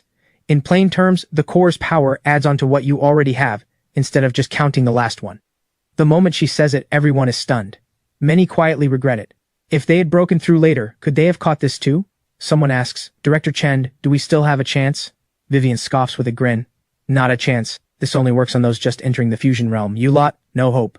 Many beat their chests in regret. They missed it. They wish they'd been born a few years later. But most understand, every generation brings a new system and new treasures. That's exactly why humankind keeps growing stronger. Director Chen, still a pity though. If he could swallow 2 king-tier cores, wouldn't that be even better? 2 are hard to get, sure, but in theory it works. Vivian shakes her head. No. The next one swallowed has to be stronger than the last. If your first is king tier, the next must be higher than king tier. Heavens! The crowd can't even picture it. King tier is already the peak in the 13 cities. Even the standout heirs of great families must brave countless trials to earn 1A. Tier higher is unthinkable. Everyone looks at Kane, knowing this batch caught a golden moment. Envy. After I split the cyclone, Brent is shaken too, speechless. Barrier break. I feel like I've been handed a toy. Facing the black-winged hawk, I taunt it. Come on, hit me again. That crushing feeling is a little addictive. How could the black-winged hawk stand such mockery? Demon Beast at the Fusion Realm has real intelligence now. It instantly unleashes its finest art, but I handle it with ease, playing around. Watching me look this incredible, even Brent wants to break through, yet thinking of his future, he holds back. He's grateful to me. A young man's pride still won't let him apologize, but you can clearly feel the thin wall between us is gone. In the command room, Vivian decides to raise the stakes. Release 3 more fusion tier beasts, a wave of disbelief. People stare at her. Don't get the boy killed. A good seedling like this comes once in ages. It's true, Kane is someone they've watched every step of the way. Aside from being a bit mischievous, he's flawless in every other way. Rarer still, at the crucial moment he dares to decide to sacrifice himself to save his teammates. So rare. Only this kind of person can be a spark. Vivian says again, continue, I won't repeat myself twice. 3 more fusion tier beasts are released. I was just practicing my techniques when I sense something's off and instantly know the problem. More enemies. I smile inwardly. I was just missing sparring partners. I actually go on the offensive, playing with all 4 beasts. My footwork has clear method, blistering speed, and I can even hover. In this moment, everyone learns what core I swallowed. Speed. It's a speed type. Not only that, there's also a skill, Wind Stride. Watching me move with such ease, one person against 4 same-tier beasts without giving an inch, everyone is utterly stunned. Is this really someone who just entered the fusion realm? Vivian lets out a breath. Kane really is a genius. She struck gold. No one knows that just now she was ready, if I couldn't hold on even at the cost of criticism, to send someone to rescue me. She never expected I'd hold the line, and so, easily at that. By now the trial has really lost meaning, because my current strength is a full tier above the other contestants. The trial ends as I cut down all 4 fusion tier beasts. I win. Brent loses. It ends early. After the kills, Brent walks over, clutching his arm, and says with a touch of pride, Kane, thanks. I smile faintly. Should I say you're welcome? Everyone laughs at once. Only Brent grins through gritted teeth. Kane, you're strong, but I want to know, just how big is the gap between us? Heaven knows how hard it is for someone like Brent, praised since childhood, to say those words. I can't help a small laugh. Seen too many people like him. Well, there's no comparing right now. I've already entered the fusion realm, true transcendence. You couldn't take even one move. It's no boast. The fusion realm and the spirit realm are worlds apart, and I can hover now too. Brent would struggle just to touch me, but then Brent does something astonishing. It nearly drops my jaw. Even the people in the command room are baffled, wondering if this kid has lost his mind. Brent suddenly yanks out the core. The examiners issued him and swallows it whole. Then he sits down cross-legged. The last words he says before closing his eyes are, Kane, don't worry, I won't fight you for the slot, but I want one match against you. I'm afraid I won't get the chance later. Decisive, bold, brimming with courage. I think he's insane. I curse, are you out of your damn mind? It's all over now. Why are you eating that core? The command room thinks Brent has gone mad too, but Vivian looks thoughtful. It seems Brent's score will change again. Brent doesn't even know the snowmelt pill exists, yet he acts this boldly. At the very least, his courage is admirable, though it's reckless too. Others don't understand, but Brent knows exactly what he's doing. He's afraid, truly afraid. Not of losing to me, but of losing the chance to ever stand on the same stage as me. As a genius of the 13 cities, he has his own pride. Since childhood, he believed he was a genius. But the moment Kane unleashed Barrier Break, he lost his way. His resolve nearly collapsed. An absurd thought even surfaced. If he didn't face me now, he might truly never get the chance. For the first time, the genius feels panic, and that panic drives him to this wild act. After a long while, Brent's aura shifts. He's reached the fusion realm. Brent feels a whole new world, the breath of transcendence, and finally understands the gulf between near perfection and the fusion realm. No time to marvel. He rises to his feet and draws, his long blade, eyes blazing as he looks at me. Come, let me see what you've got. Give it everything. Don't hold back. I straighten up too. His gravity makes me a little embarrassed. He was the carefree one, yet feeling his aura, I'm quickly disappointed. This version of him still isn't all that strong. I shake my head slightly. You, sure you want my full power? Brent's serious face nods firmly. Yes, I want you to treat me as a real opponent. The command room watches this wild duel of 2 young men, a fight wagered on their futures. But in a single second, the instant Brent strikes, sigh after sigh fills the command room. The gap is too vast. Brent bears his full edge. His metal attribute chi is a true weapon of slaughter, and he brings out his finest move. But the moment he strikes, I move too. I don't even lift my blade. Just flick my fingers, and the chi that belongs solely to Brent is wrapped in blood red, then dissolves into nothing. Brent freezes, staring blankly into space. It ends just like that. Someone in the command room sighs. The gap is too vast. Barrier Break is just broken. Same tier chi simply can't land any real damage on him. No, he can't even get close. No matter how hard Brent fights, it's useless. He can only take the hits. Let's hope the boy isn't too crushed. And it's true. With barrier break, I'm simply broken. Others. Chi I can erase with a wave, while my own chi and power run wild, unchecked. How do you fight that? You can't. And so it ends. Brent stands frozen on the spot. Vivian sighs softly. That's enough. The third round is over. Bring them back. Have the counseling room get ready to comfort them. Nathan for some reason has a brain slip and asks dumbly, Kane needs counseling too? Vivian looks at him like he's an idiot. Kane and Brent come out with the examiners. Even riding atop a black-winged hawk, Brent stays silent, gripping his blade tight. I chew on a blade of grass, not daring to say a word. Their trial is over, but the others aren't done yet. By the time everything wraps up, it's the next day. The Spark roster is out. 8 names. Lucas, Silas, and Titus are all on it, and even my 3 tagalongs made the cut, but the 8th name stays unannounced. Either way, it's over. Next comes December, going abroad to compete with the other alliances. For now, no missions. Among the winners, except me, no one is happy. 7 of us lie on the training field. Stare at the king tier cores in their hands. Only I chew on grass. It's just a mystic tier core. Don't be down. Where there's a will, there's a way. Silas agrees. Yeah, mystic tier is already great. Lucas snorts low. You know nothing. Mystic tier is leagues below king tier. He holds his king tier core, his heart like dead ash. He fought to the death to win it, yet he can't use it. What good is this core to me? He nearly wants to scream. I let out a, ha. Lucas, you got a problem? He shuts up at once. We all know why. In the sparring after the trial, he was the first one I crushed. The others don't dare talk back either, because they can't beat me. As they sulk, Vivian arrives with her people. Spark Squad, over here. I jog over. Auntie. The others roll their eyes. Others fear, looking like they're playing favorites. Make a point of calling her out loud. The head examiner, my aunt. She's both pleased and exasperated, and waves me to the side. The rest line up fast. We count as a Spark Squad now, maybe the weakest in history. Others rise on king tier cores, we only have mystic tier. She reads our minds. I know you're uneasy, but wait a moment. My heart jumps. Those words sting. Sure enough, the other's faces darken. She claps lightly. A person carries out a silver case, opens it, and 8 small vials lie quietly inside, elegantly old-styled. This is the latest result of the snow melt pill. It lets you switch cores with 0 loss. She explains its effect. The 7 of us are stunned. Such a thing really exists. Our eyes go wide as if we'd seen a bare beauty. Only I ask one more thing. Auntie, 8 vials, is the 8th person decided? She nods, satisfied. Brent made it in by a narrow margin. Brent steps out. Everyone glances over. He comes out red-faced, clearly shaken. He couldn't beat me, and even Lucas beat him. Lucas sneers. Director Chen, did the Liu family pay to win? Brent flares instantly. Lucas, you sick. Want a fight? Should I fear a loser I already beat? Vivian's face hardens. Lucas, watch your tone. Doubting the fairness of the trial, you're asking for it. He just wants to needle Brent, because he was shipped off to South City, all thanks to Brent. How? Do you use the snow melt pill? I cut in. She glares at me. You're in everything. The snow melt pill is a reward and a stroke of luck. You're the first batch to receive it. Cultivate well. Her words set our blood boiling. We can't wait to charge into the arena and bring glory to the 13 cities. We go to the cultivation room. Guards stand watch. Each of us receives 1 snow melt pill and 1 king tier core. Our hearts surge.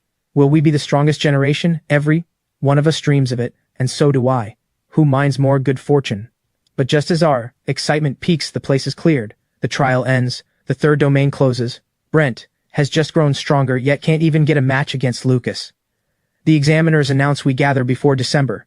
In between, we can advance our schooling as normal and accept academy invitations. Hearing this, only now do I feel real excitement.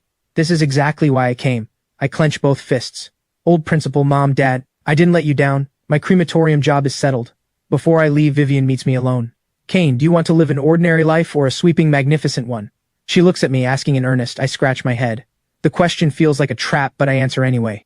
I have one wish, a world without demon beasts. She shouts, good. Kane, that wish is hard to fulfill. Demon beasts are one side, people are the other. The grand selection of the 13 cities begins in a year. Do you want to represent South City? I'm completely stunned. I point at myself. Auntie, you're not joking? I just reached the fusion realm. Isn't the grand selection only for committee members? The highest, hunter rank. She's lost it. I can barely afford a meal, a freshly trained nobody. Going to the grand selection? That's for the big shots only. Am I worthy? I really don't know how Vivian came up with this idea. She already expected this expression on my face. She smiles. Don't doubt it. It's you. I never thought of it before either, but after seeing what you can do, I know you have a chance. Kane, South City has been held down too long, and it badly needs a genius. to remind everyone the 13 cities still has a South City. You Kane, are you willing to be that genius? To send South City's voice out to the 13 cities, to all of humankind? Do you dare? The words strike straight at a young man's heart. Yet I still don't believe it.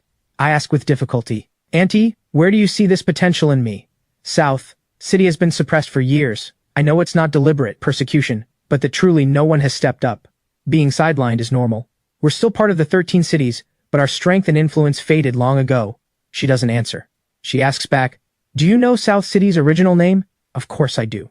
South City is just a common name. Its official name is Pyrolite City. She sighs, satisfied. That's right, Pyrolite City. It stands for unyielding flame, the phoenix reborn, forever. That is the true South City. But now that name is nearly forgotten. Will it still belong to the 13 cities in the future? Kane, think it over carefully. There's no rush for an answer. Wait until the Spark Trials results come out. She leaves, leaving me lost in thought. Today's been too much of a shock. It's like in peacetime someone suddenly asks you, do you want to be president? I suddenly recall a certain actor who really did become president. At that thought, I laugh at myself. Forget it, too far off. Focus on myself first. Barely fed and already dreaming this big. That's a bit much. Nathan drives me back to school. After we part, I slip quietly home. My parents are out. I go into my bedroom and open the sky-devouring realm. Right now, the biggest matter isn't whether to join, but something else.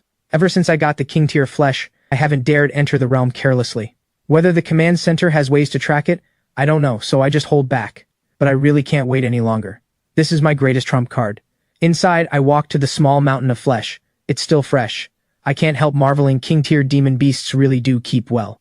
I give it a sniff. No odor. Only then do I open the Demon Eater's cookbook. It suddenly blazes with light. My heart jolts. This has never happened before. King tier earth render tiger. Great demon. Tender, supple meat plentiful and boneless. Every part usable. The heart and liver braised. The sinew steeped in wine. The meat fried, stir-fried, or deep-fried. With perfect ingredients, it greatly boosts physique. Lower grade recipes will reduce the effect. The plain wording catches my eye. I'm stunned. Before, the cookbook only gave the barest scraps, sparing every word. This time it lays out the method in earnest, even listing every ingredient. A completely different treatment. But one look at the ingredients gives me a headache. Heaven's blessing stock, dryland scallion, all things I can't afford. Never mind. Let me first stew a pot and see if I can get a skill. I boil water and slice meat, cutting a big chunk. But what do I do with all the rest? The meat hasn't spoiled, but who knows how long it'll last. Just as I fret, the cookbook gives a prompt. Share half the earth-render tiger meat to gain 10 cubic meters of cold storage. There's a move like that? Brilliant. Giving up half beats letting it all spoil. The choice is easy. I decide at once. I point the cookbook at the tiger meat, and half of it vanishes in an instant. Amazing. I store the rest in cold storage. The meat in the pot slowly softens. Even using the iron-tailed hawk recipe, the aroma makes my mouth water. Not sure what effect it'll have, I pick up a piece. The instant it hits my mouth, delicious. Then a thought flashes through my mind. Golden ring keeps breaking apart and recombining, breaking again, combining again, until I see it clearly and it fades. The moment I open my eyes, I understand. This is the Earthrender Tiger's skill, though it never used it before. Never mind. Let me try. Following memory, I arrange my breath into the pattern and the ring bursts into being. The instant it appears, I feel changed. My skin tightens and my chi flows faster. What does this ring do? A king-tiered demon beast. The school doesn't teach this and I've never seen it. I can only experiment. My defense triples, from 1 to 3. Triple, are you kidding? Paired. With barrier break, who in this whole realm could match me? My chi mobilizes twice as fast too. Like a phone with more memory, the system runs smoother. This skill directly raises my ceiling, stability, and reaction speed. A divine skill. I can't help thinking, if one piece is this strong, what about eating more? But I don't notice. My ring is blood red, while the Earthrender Tiger's is golden. At the very instant my ring lights up, in the cellar of the scripture hall, a crack splits across a crystal coffin, and the woman in red's lips move ever so slightly. Full and content, I gain no more new skills, but I'm not let down at all. This one, alone, is enough to feast on for a while. There's still half a tiger left, plus heart, liver, and entrails. Sooner or later I'll gain even more. After eating, I feel my reserves grow again. My fusion realm cultivation sits steady as a rock. My method isn't right yet. If it were, I dare not imagine. I'm desperate to find those supporting ingredients. Pleased, I lie down on my bed, and thinking it over, I drift off. When I wake, it's my mother rousing me. Seeing me home, they hug me, thrilled. Is it settled? Their excitement hides a thread of unease. I'm the captain of the 13 Cities Spark Squad. Kane looks at Linda and says airily, "Don't forget whose son I am." Of course I pulled it off. The Academy's acceptance letter should arrive in a couple of days. Now my worry is which one to pick. Linda hugs me at once, but Marcus is a little puzzled. Acceptance letter? Didn't you just earn a qualification? Where's an acceptance letter from? Standing before you is Kane, captain of the 13 cities Spark Squad. If even I can't directly earn a letter, then which student of this year could? They stare wide-eyed. Son, what did you say? He's not running a fever, so why is he talking nonsense? I'm exasperated. I've waited a long time to show off this moment. What's that supposed to mean? It's real. Everything I said is true. If you don't believe me, ask Auntie Viv. You mean Vivian? Marcus pats my forehead. Where would I even reach her? We've been out of touch for years. By the way, son, did Vivian look after you? They don't quite believe me, but they know I wouldn't lie about something serious. I pull out my dedicated phone. I've got her number. I'll call, and you can ask yourselves. Hello, Auntie Viv. I'm calling about something. I give her a wry smile. Auntie, I told my folks I became Spark Squad captain, but they don't believe me. Vouch for me? Sure, I'll vouch for you. I hand over the phone. Linda takes it, her voice dropping low, smiling along. Hello, is this Vivian? I watch the whole scene. My parents bowing their heads to someone because of me. It doesn't sit right with me, even if it's family on the other end. If I really get chosen, could they finally speak with their back straight? Would people point at them and say, oh, so this is Kane's mother, you really raised him well? Not until Linda hangs up does she look at me with a complicated gaze. Kane, you really became the captain of the Spark Squad. Marcus stares at me eagerly too. I'm the captain, but they don't really respect me yet. Give it time, I'll make them. Aren't you proud of your son? She strokes my head, not asking how I earned it. She knows without asking that it wasn't easy. It's the Spark Squad, after all. Only now does she realize I've reached the fusion realm. In such a short time, from no cultivation to the fusion realm and then to captain, how much did it take behind the scenes? Marcus turns his back, his whole body trembling. Mom, your dad joined a selection back in his day too. He was sent home after the first round. Seeing you make it, he's gotten all emotional. I nod.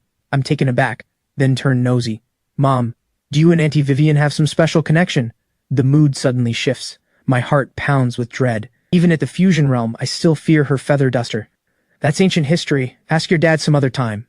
Her tone is flat. What does my son want to eat? You've been away so many days, you surely haven't eaten or slept well. I ask, hungry? She gives a faint smile. The meal is a happy one. Only I don't bring up the future and they don't ask. After eating, I call out, Mom, I'm off to wait for Lily after school. I'll eat at Auntie Faye's tonight. Got it. Boosted by Windstride at the fusion realm, I reach the school in 3 minutes. I think to myself, if I learned the chi shield and hovering too, I'd turn plenty of heads walking down the street. But just as I'm pleased with the thought, I'm stopped. A man in a half-black, half-green uniform with 2 others stands before me with a dark face. Bottle liquor, you show up and immediately cause me trouble. Trouble? I turn, and instantly put on a smile. Hey, if it isn't Uncle Bull, out patrolling today? I've been a model citizen. No fights, no trouble. You little rascal, even fooling a kid. Leo says you tricked him and he's been crying for days. If you don't make it right, see how I deal with you. I clutch my aching head. Found Leo's book, but I never delivered it. I took the money long ago. It was meant to be a surprise. He's a buddy from my elementary days. The man before me is his father, the top man for order in this district. I quickly put on an apologetic smile. I promise, tomorrow I absolutely won't let Leo cry again. Then I shout in a hurry, oh no, I'm almost late. Uncle Bull, gotta run. And I dash off in a flash. That's the one downside of South City. I'm too famous, the slightest thing out of line, and the parents come find me. Uncle Bull watches my jogging figure and curses with a grin. Little rascal. Only the 2 men behind him are a bit curious. Chief, didn't we come to check on someone flaunting high realm cultivation in the busy streets? Why didn't you grab that kid when you saw him? How old is he? 17, 18, maybe 20? Uncle Bull flicks him on the forehead. You ask when you already know. That young, already at the fusion realm? Do you have any idea what his future holds? And one more thing, kid. He couldn't even cultivate before. Besides, they're all acquaintances. He says the rest and turns to leave, leaving the young man, standing there in a daze. I stroll lazily to the school gate, greet the guard, and head in. If this were anyone else, they'd surely be questioned, but with me, please, who doesn't know what's going on? I check the time. There's still a while before class lets out. I head straight for the old principal's office, to check in first, and to tell him my results. Compared to Marcus and Linda, the old principal clearly takes it in stride. He just casually asks, anything else? I get it instantly. Showing me out. He's this calm, so Vivian must have tipped him off. I scram quickly, but before I go, I hand him that king-tier finger asking him to arrange it for me. I can't handle this thing myself. I don't go to class I, just hang around the guard room at the gate, chatting idly with the guard until the dismissal bell rings, and I see Skylar come out the gate with a weapon on his back. Figure it out yourself, Sky. His face lights up with joy. He'd been so worried lately, not for himself, but for my future. If I hadn't earned the qualification, how would he comfort me? Seeing my lazy grin, he understands. I must have made it. Just as I move toward him, a crowd shoves me aside. Marv and the others see me and their eyes go wide. Whoa, Bottle Bro, you're back. Lily said you went off to make your own way. How'd it go? Bottle Bro, life without you has been dull and gray. Teacher Bai poured all her energy onto us, and we suffered for it. Yeah, good thing you're back. Now you can finally share the load. I'd just been touched for a second, and instantly my face darkens. Get lost all of you. Counting on me to share your load? Dream on. Let me tell you, standing before you is Kane, future academy student. I won't be coming to class anymore. Huh? They stare at me in shock. Marv leans in and asks earnestly, Bottle Bro, you made it? I nod coolly with style. The next second they burst into cheers. Awesome, Bottle Bro, which academy? Tell us. A pack of youngsters chatters away, escorting me out like stars around the moon. Skylar follows slowly behind, a smile at the corner of his mouth. Once the crowd disperses and everyone heads home, the two of us going the same way finally fall in step. You really made it? I chuckle. Of course. I used to have your back, and once we're at the academy forget it, I'm scared of that. It's not just talk on a notice board. It's real. You'll see how I perform. We grew up together since we were in diapers, so we talk freely, casual as ever. He smiles faintly. The academy is full of elite geniuses from every city. Once you're there, cause less trouble and cultivate more. You finally got the chance to cultivate, don't waste it. I think he's underestimating me, but I say nothing. Just you wait. On the day I enter the academy, countless geniuses will welcome their captain's return, and you'll see what Kane is really made of. If I don't stun you by then, I'll write my name backwards. Chatting and laughing, he suddenly asks, By the way, Lucas left after you did too. You didn't run into him, did you? He looks at me with a grin. I raise my fingers, pinching thumb and forefinger together lightly. Handled. He recalls the past and says, half annoyed, You devil. I quickly explain. He really worried over me for nothing. I see him home, but I don't eat here. I have something else to do. The reason I told my parents I'd eat here was just to set their minds at ease. You know how it is. I head over to Old John's herbal shop. The moment I step in, I see someone being treated. Dr. Old John, with his mixed blood look, takes a patient's pulse with a serious face. Honestly, he looks the part. I don't disturb him and just wander to the side. After a while, he hands the patient a packet of medicine, sits down for a drink, and only then looks at me. Haven't seen you in a while, kid. Don't tell me you got hauled off for some crime. Uncle John, what kind of thing is that to say? Am I that sort? I've got a question for you today. I hear you were once a top pharmacology graduate of the academy. His pale eyes show, and he pats my shoulder with a fair hand. I was, but I never graduated. I dropped out, otherwise would I be holed up here scraping by? I don't really care whether he graduated or quit. Uncle John, then you must know the Miss Cloud herb? I ask, testing. Miss Cloud herb is an ingredient for stewing tiger meat, war tier, and the one most within my reach. Looking at the other ingredients, far out of reach. I really can't get them. And high school textbooks hold nothing like this. Surprise shows in Old John's eyes. Miss Cloud herb, a war tier ingredient? Where did you hear about that, kid?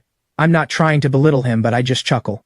Never. Mind that. Looks like you do know. Hurry, tell me, where's this herb found? How do you harvest it? And, are there any precautions? Pharmacology arose with the appearance of the rifts. At first, a cultivator saw a demon beast eat an herb and found it could speed up the flow of chi. Once made public, it caused an uproar, and slowly grew into pharmacology. Each herb has its own way of harvesting that best preserves its potency. None of this is within my reach yet. I've thought it through clearly. The academy exam is less than a month away. There's no point wasting more days at school. So what do? Gather the ingredients for stewing the meat, of course. The academy exam is held each July, much like in the old world, but there's no winter or summer break. 7 days after the exam, you wait for results. Then by your travel distance, you prepare to enroll. Sometimes I really envy students of the old world. So nice. They get winter and summer breaks, something I've never experienced growing up. I can't even imagine the bliss of 2 months off. Hearing how indifferent I sound, Old John studies me carefully, looking left and right, his eyes growing wider the more he looks. At last he circles around me and looks at me in shock. You can cultivate now, kid. I'm a little speechless. I'm something of a local celebrity, and you're only just finding out? Then again, I know that fame is limited to families with school-age kids. I nod. Yes, I can. You've got a sharp eye. He even puts on his reading glasses and astonishingly discovers the chi around me is thick and dense, not like someone just starting out. No, how is that possible? I don't let him keep looking, afraid his resolve might crack. My realm isn't a secret anyway. The fusion realm. Old John echoes. The fusion realm? One sentence lands like a hammer blow. He stammers, How old are you? The fusion realm? What nonsense are you bragging? His true colors slip out at once. Not just anyone can read another's realm. I could tell in battle because once a move is made, it's obvious. But without a move, only someone far above can sense, roughly how high. I finally pulled off a flex, just didn't expect it to be on Old John. I say lightly, Uncle, you get it. Don't pry too much into a genius's business. Let's get back to the Miss Cloud herb. This time, rarely, he doesn't snap back, but takes a careful look. Fine. I get a dusty old book from old John. When he tosses it to me, the dust makes me cough. I quickly summon a cheese shield and beat off the dust, earning an eye roll from him. This book has the Miss Cloud herb info you want. Take it and return it when you're done. I can't believe it. You actually want this thing back? He glares. You dare toss it? Open your eyes wide and read the cover. I wipe it clean, revealing a few words. Cultivator's Academy Standard Textbook 3rd edition. The 9th edition is already out, yet this beat-up book still can't be thrown away. But I know, if I really dared toss it, I'd be in for it. Kid, the edition's old, but where the Miss Cloud herb grows and how it's harvested won't change. I nod. Thanks, Uncle John. I turn and leave, not bothering to go beg the principal. Why waste the breath? I hop the wall to get home, lock the front door tight, lift the thin slit in the drawn curtains to let light through, then close it again quickly. I go to my room and turn on the light, head straight for the index, and look up the Miss Cloud herb. Grows abundantly in stable rift spaces. Top recommendation, Chongming City, Site 883. Note, must search on your own, may be guarded by demon beasts. Clear and well organized, easy to understand. A proper textbook after all. Satisfied, I close the book and sleep. School is useless to me now. Want to head over to Chongming City. Can I get some travel money? Early the next morning I say to Mom. Head where? Linda looks up at me. I made a little buddy in Chongming City. Eating and drinking on someone else's dime. Aren't you ashamed? She frowns. I grumble inside. I saved his life, so what's a little food? All the family's money was drained by my old illness. Need to earn money, and I need to gather the Miss Cloud herb. 10,000. It was meant to buy you blood essence. Now it's a reward instead. She sets down her bowl and hands me a stack of cash. I take it, my feelings complicated. Thanks, Mom. I'll pack your things. She tucks back her hair with a smile. I quickly decline. With the sky-devouring realm on hand, if I really let her pack, she might just move the whole house. I call Skylar, and we set off. 800 kilometers. A glory tier mount could fly, but the rifts outside are chaotic. Too dangerous. Without a flying pet, I can only take the intercity rail, the official line built by the 13 cities, the one ordinary people use. Driving yourself is expensive, and I can't afford it. The station is packed with crowds. With my student ID, I buy a half-price ticket, though it could have been free. The Commoner's Pass just sits in my realm collecting dust. I can afford it, but I haven't earned a single merit yet. How could I take the VIP lane? Under 400. I reach Chongming City. I sit down and pretend to doze. The woman across the aisle smiles and asks, "Off to school, young man? Who goes to school at this hour?" I just nod. Whatever you say. 7 hours later, I arrive and exit the station and head straight for Rift 883, unable to wait. Slots are full, the registration desk tells me. What? You need a reservation just to enter a rift? This is a zero-risk old rift, so it's always packed, the clerk smiles. Even if I squeeze you in, the earliest is 7 days out. I freeze. Sitting in the hall, I hesitate over whether to pull out the Commoner's Pass. Suddenly, a startled voice. Kane? I look up. It's Titus, short hair, crisp and striking, a heroic air about her, 2 bodyguards in black behind her.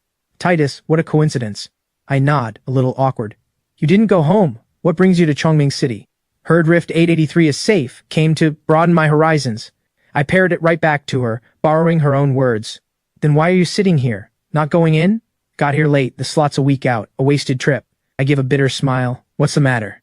My lady, a free pass into ordinary rifts is only for the children of great families to honor ancestral merit. Ordinary folk have to register and pay. My name is Kane from the 13 cities. It's perfectly normal she's never heard the name. Just an ordinary person. You wait out here today. Kane takes your spot and comes in with me. My lady, I'm one of you. Titus cuts in suddenly. My lady, I have to protect you. With him here, you're safer than with you. I watch her resolve the whole problem with a careless wave, and something jolts in me. So power really can lift a person sky high in one step. But then a second thought, the old principal's phone call, Vivian's care, weren't those privileged too? And I was happy enough about it back then. Suddenly I understand. I don't hate privilege. I hate that it isn't in my own hands. In this moment, I see the world clearly. She won't say it twice. What's wrong? Nothing. Thank you. I couldn't have gotten in otherwise. See you around. If you need anything, just say the word. South City's man in a pinch makes another promise. She gives a soft hum. Maybe she really will use it. I set out, aiming for the valley, a dozen odd miles off.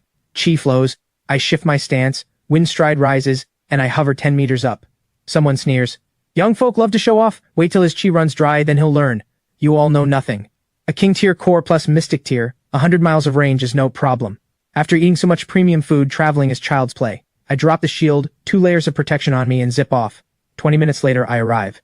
The valley is lush and green, but my nose twitches. 7 or 8 fusion tier demon beasts within 500 meters. I draw my blade. I'm short on money, and a single vial of fusion tier blood essence starts at 100,000. I toss a stone to lure them, and a spotted leopard leaps out. My eyes light up. Here, kitty, Come to Papa. It's furious, its spots shooting out like darts. Startled, but I don't flinch. I turn sideways and sweep my blade. Barrier break, and its power dissolves in an instant. Heh! My turn. I charge straight at its face, blade aimed at its skull. In one move it's stunned, too fast even to block. Its right foreleg lifts hard as iron. The next second the claw snaps, its pride shatters. A flash of the blade and its skull splits open. The world has one fewer arrogant leopard. I want to howl at the sky. A same-tier beast down in 2 moves, my weakness turned into a strength. Windstride really is amazing. This fight scares off the surrounding beasts, but how could I let them go? This is all money. The tables turn, offense and defense flipped, and I become a butcher. One slash, then another, until all dozen beasts are cut down. I rest my hands on my hips and grin. I take out 10 vials, the Jiang family's secret method, made just for collecting blood essence.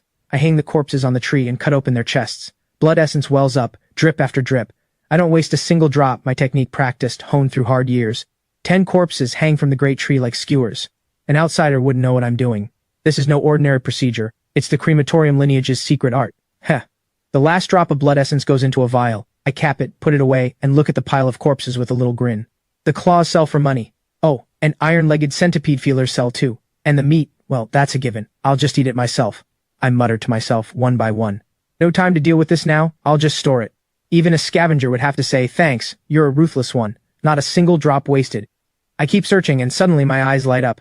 A half-meter stalk stands tall among the weeds, so distinct. The mist cloud herb, pure delight, I've stumbled right onto it.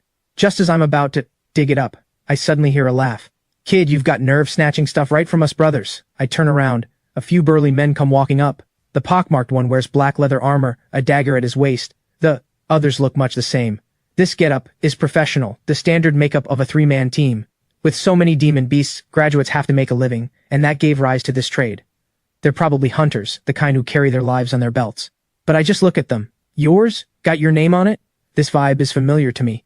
Back in the day, the street punks were all like this. You just do as I say. This mist cloud herb is ours. Step aside or you'll catch a beating, not worth it. I laugh in disbelief. Well, now you robbed me and I'm supposed to thank you? If you don't leave, does that mean I can't dodge this beating? That's for certain.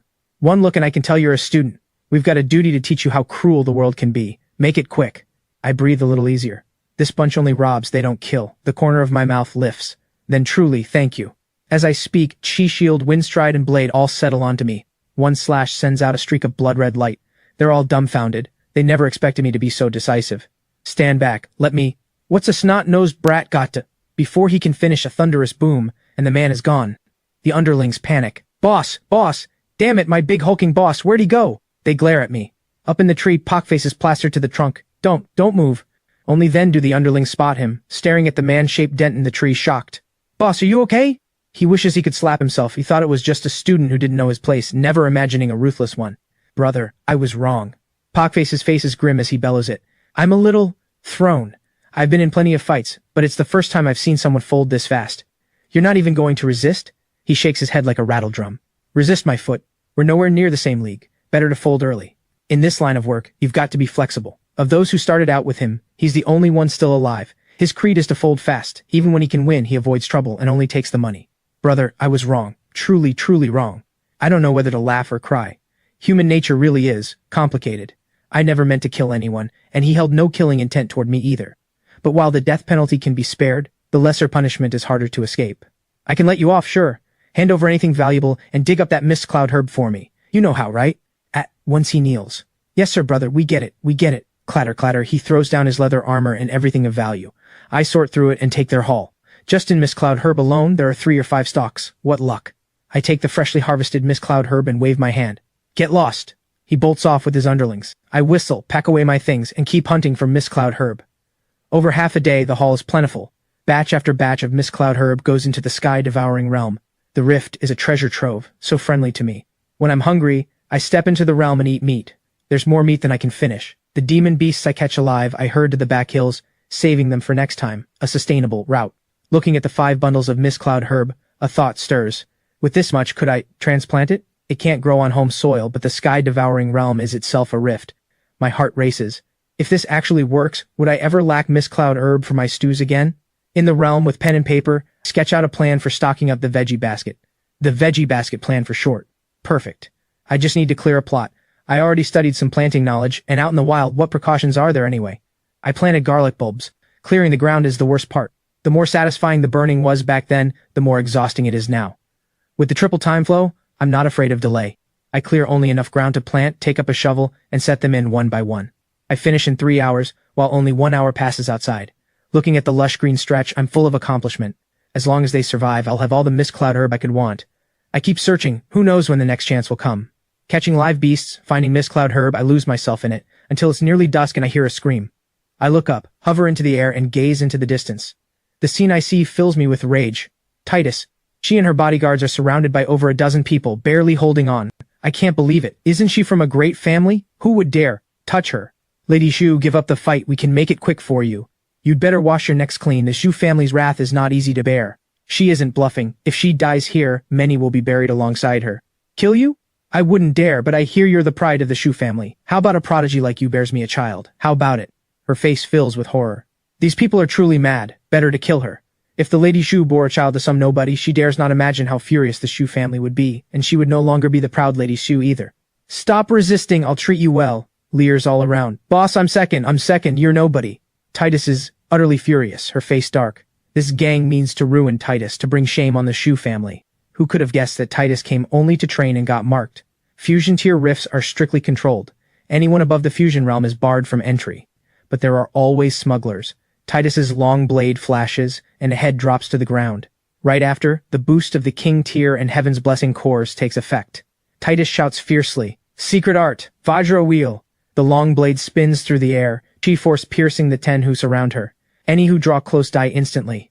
She cuts down 4 in a row, then her strength gives out and the blade falls. Titus gasps without pause. That strike drained everything she had. The lead man is livid. Titus, you killed my brothers? Good, good, good. A little girl fresh into the fusion realm, killing 5 of my half-step mystic realm brothers. You can be proud. For the first time he takes Titus seriously. Fresh into the fusion realm, yet able to cut down half-step mystic realm fighters, it's beyond expectation. If he hadn't kept ample reserves, he truly might not have pinned Titus down. The bodyguard shouts, "My lady, stand strong, fall back, I'll self-destruct and hold them off." Titus doesn't respond. Abandon a comrade, Titus can't do it. She only braces herself, refusing to fall. Titus hates it, hates that she didn't wait longer before coming out, grow a little stronger first. Titus coughs blood. That strike's backlash is severe. The leader moves in himself, aiming to end it fast. Golden light wraps his body, both hands raising a blade overhead, half crouched. Titus laughs aloud. I wondered who it was. Turns out it's a Sakura Alliance whelp. I had no strength left, but one look at you, and the anger gives me fight again. Damn miraculous. He sneers. Is that so? Then taste the power of my Heaven War single blade style. Go! Titus charges forward, no blade in hand, channeling chi bare-handed. At that very moment, a voice drifts out, unhurried. Let me see which bastard is picking on my little sister. A figure stands firm before her, brushing off his sleeve, eyeing the enemy at a cocky 45 degrees. Cool and brash, Kane. Her eyes flash with delight. He's here, I'm saved, but at once she shouts, Run, you can't win. They're all half-step mystic realm. I only killed a few using a secret art. Go back and tell my father. It was the Sakura Alliance who killed me. I close my eyes, helpless. Lady, will you let me finish my line? I sigh. Don't you want to tell your father? Yourself? She freezes. Survive? Is that even possible? The odds are hopelessly lopsided. She knows I have the power of barrier break, but against such a carefully laid trap, what can it do? I say nothing, my smile fading. I demand sharply, Titus, who are you? She starts, then it dawns on her, and the words burst out. A spark. Resolve surfaces. A spark never goes out, it's an oath, and a conviction. Right, the spark doesn't die. How could I despair? Her will reignites. She picks up a blade from the ground and pushes herself up. Captain, the spark Titus can still fight. Her eyes blaze, spent yet unyielding. In this moment she calls me captain. Just as I'm about to answer, I'm cut off. The man darkens.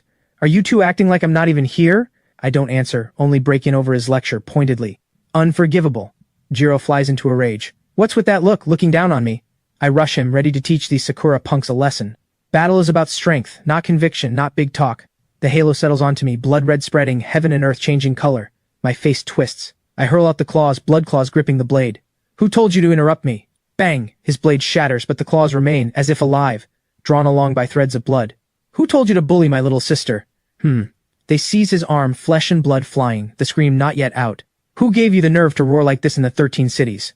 He shrieks, both arms gone numb, eyes full of terror. How is this possible? Such a young man with such power? Mystic realm, he's nearly losing his mind. It was all but in his grasp. How did it turn? Titus watches me. A few low-grade claws, and I casually wipe out the very man she could not stand against. It's my first time going all out, and even I didn't expect to be this fierce. I hover in place, blood still surging, threads linking the claws, and say coldly, "Do you want me to crush you, or will you surrender quietly? Do you want me to crush you, or will you surrender quietly?" The crowd backs away, exchanges a glance, yet forms up to fight. I laugh. They don't know what's good for them. Stand back. Only now do they grasp just how terrifying this commoner-born captain is. But can an ordinary person truly reach this far? The bodyguards rush over, staring at me in disbelief. So this is my lady's captain. Laughable. Earlier they took him for a social climber. Now that mockery is unbearable to recall. The only laughable ones were themselves. I see Titus pull back, and for once draw the long blade off her back, wiping it on her sleeve with her right hand. "Let me see what makes you dare put up a last stand." Before the words fade, I've vanished. Fast to the extreme. They can't even track the movement. By the time they see it, their hands are already clutching their throats, eyes full of disbelief, utterly unable to fight back. Can a Glory Realm cultivator have this speed? Even a Mystic Realm assassin is no more than this. No one answers. I wipe the blade again, slowly draw it back, and give a faint smile. "What are you looking at? Ask away." Titus stands there blank, then flushes red like a schoolgirl. "Right, got it." Frost spreads across her face, and she drives her blade tip hard toward Jiro. "Talk. Who put you up to this? And how did you know my whereabouts?" I stop caring and just search the bodies. A pity. Nothing but weapons and armor. I curl my lip. Broke bastards. I don't get involved. One listen, and you can tell there's a grudge between them. After a while, Titus recovers her strength and walks over, her face covered in blood. "Captain, thank you. If it weren't for you today..." In this moment, she's fully convinced. "Wipe your face. From now on, don't call me Captain. Just call me Bottle Bro." "Bottle Bro?" She doesn't get it. Kane doesn't explain.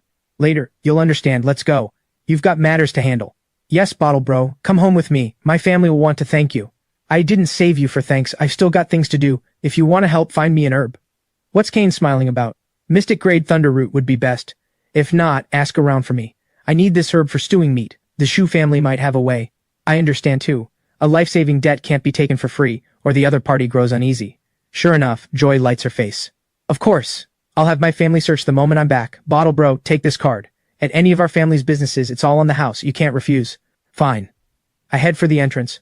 I pass people along the way, but the three of us look terrifying, and no one dares stop us. After leaving the rift, we slip away quietly. Outside, the three of us part ways. I head to the Shu family's hotel. The moment I flash the card, someone greets me, deferential as if serving an ancestor. A rare taste of a great family's luxury. Only the Shu family is anything but calm. Titus returns covered head to toe in blood, and the whole family is enraged. Her father, Lord Shu, eyes wide with fury, smashes a solid wood table with one palm. "Insolence! How dare they!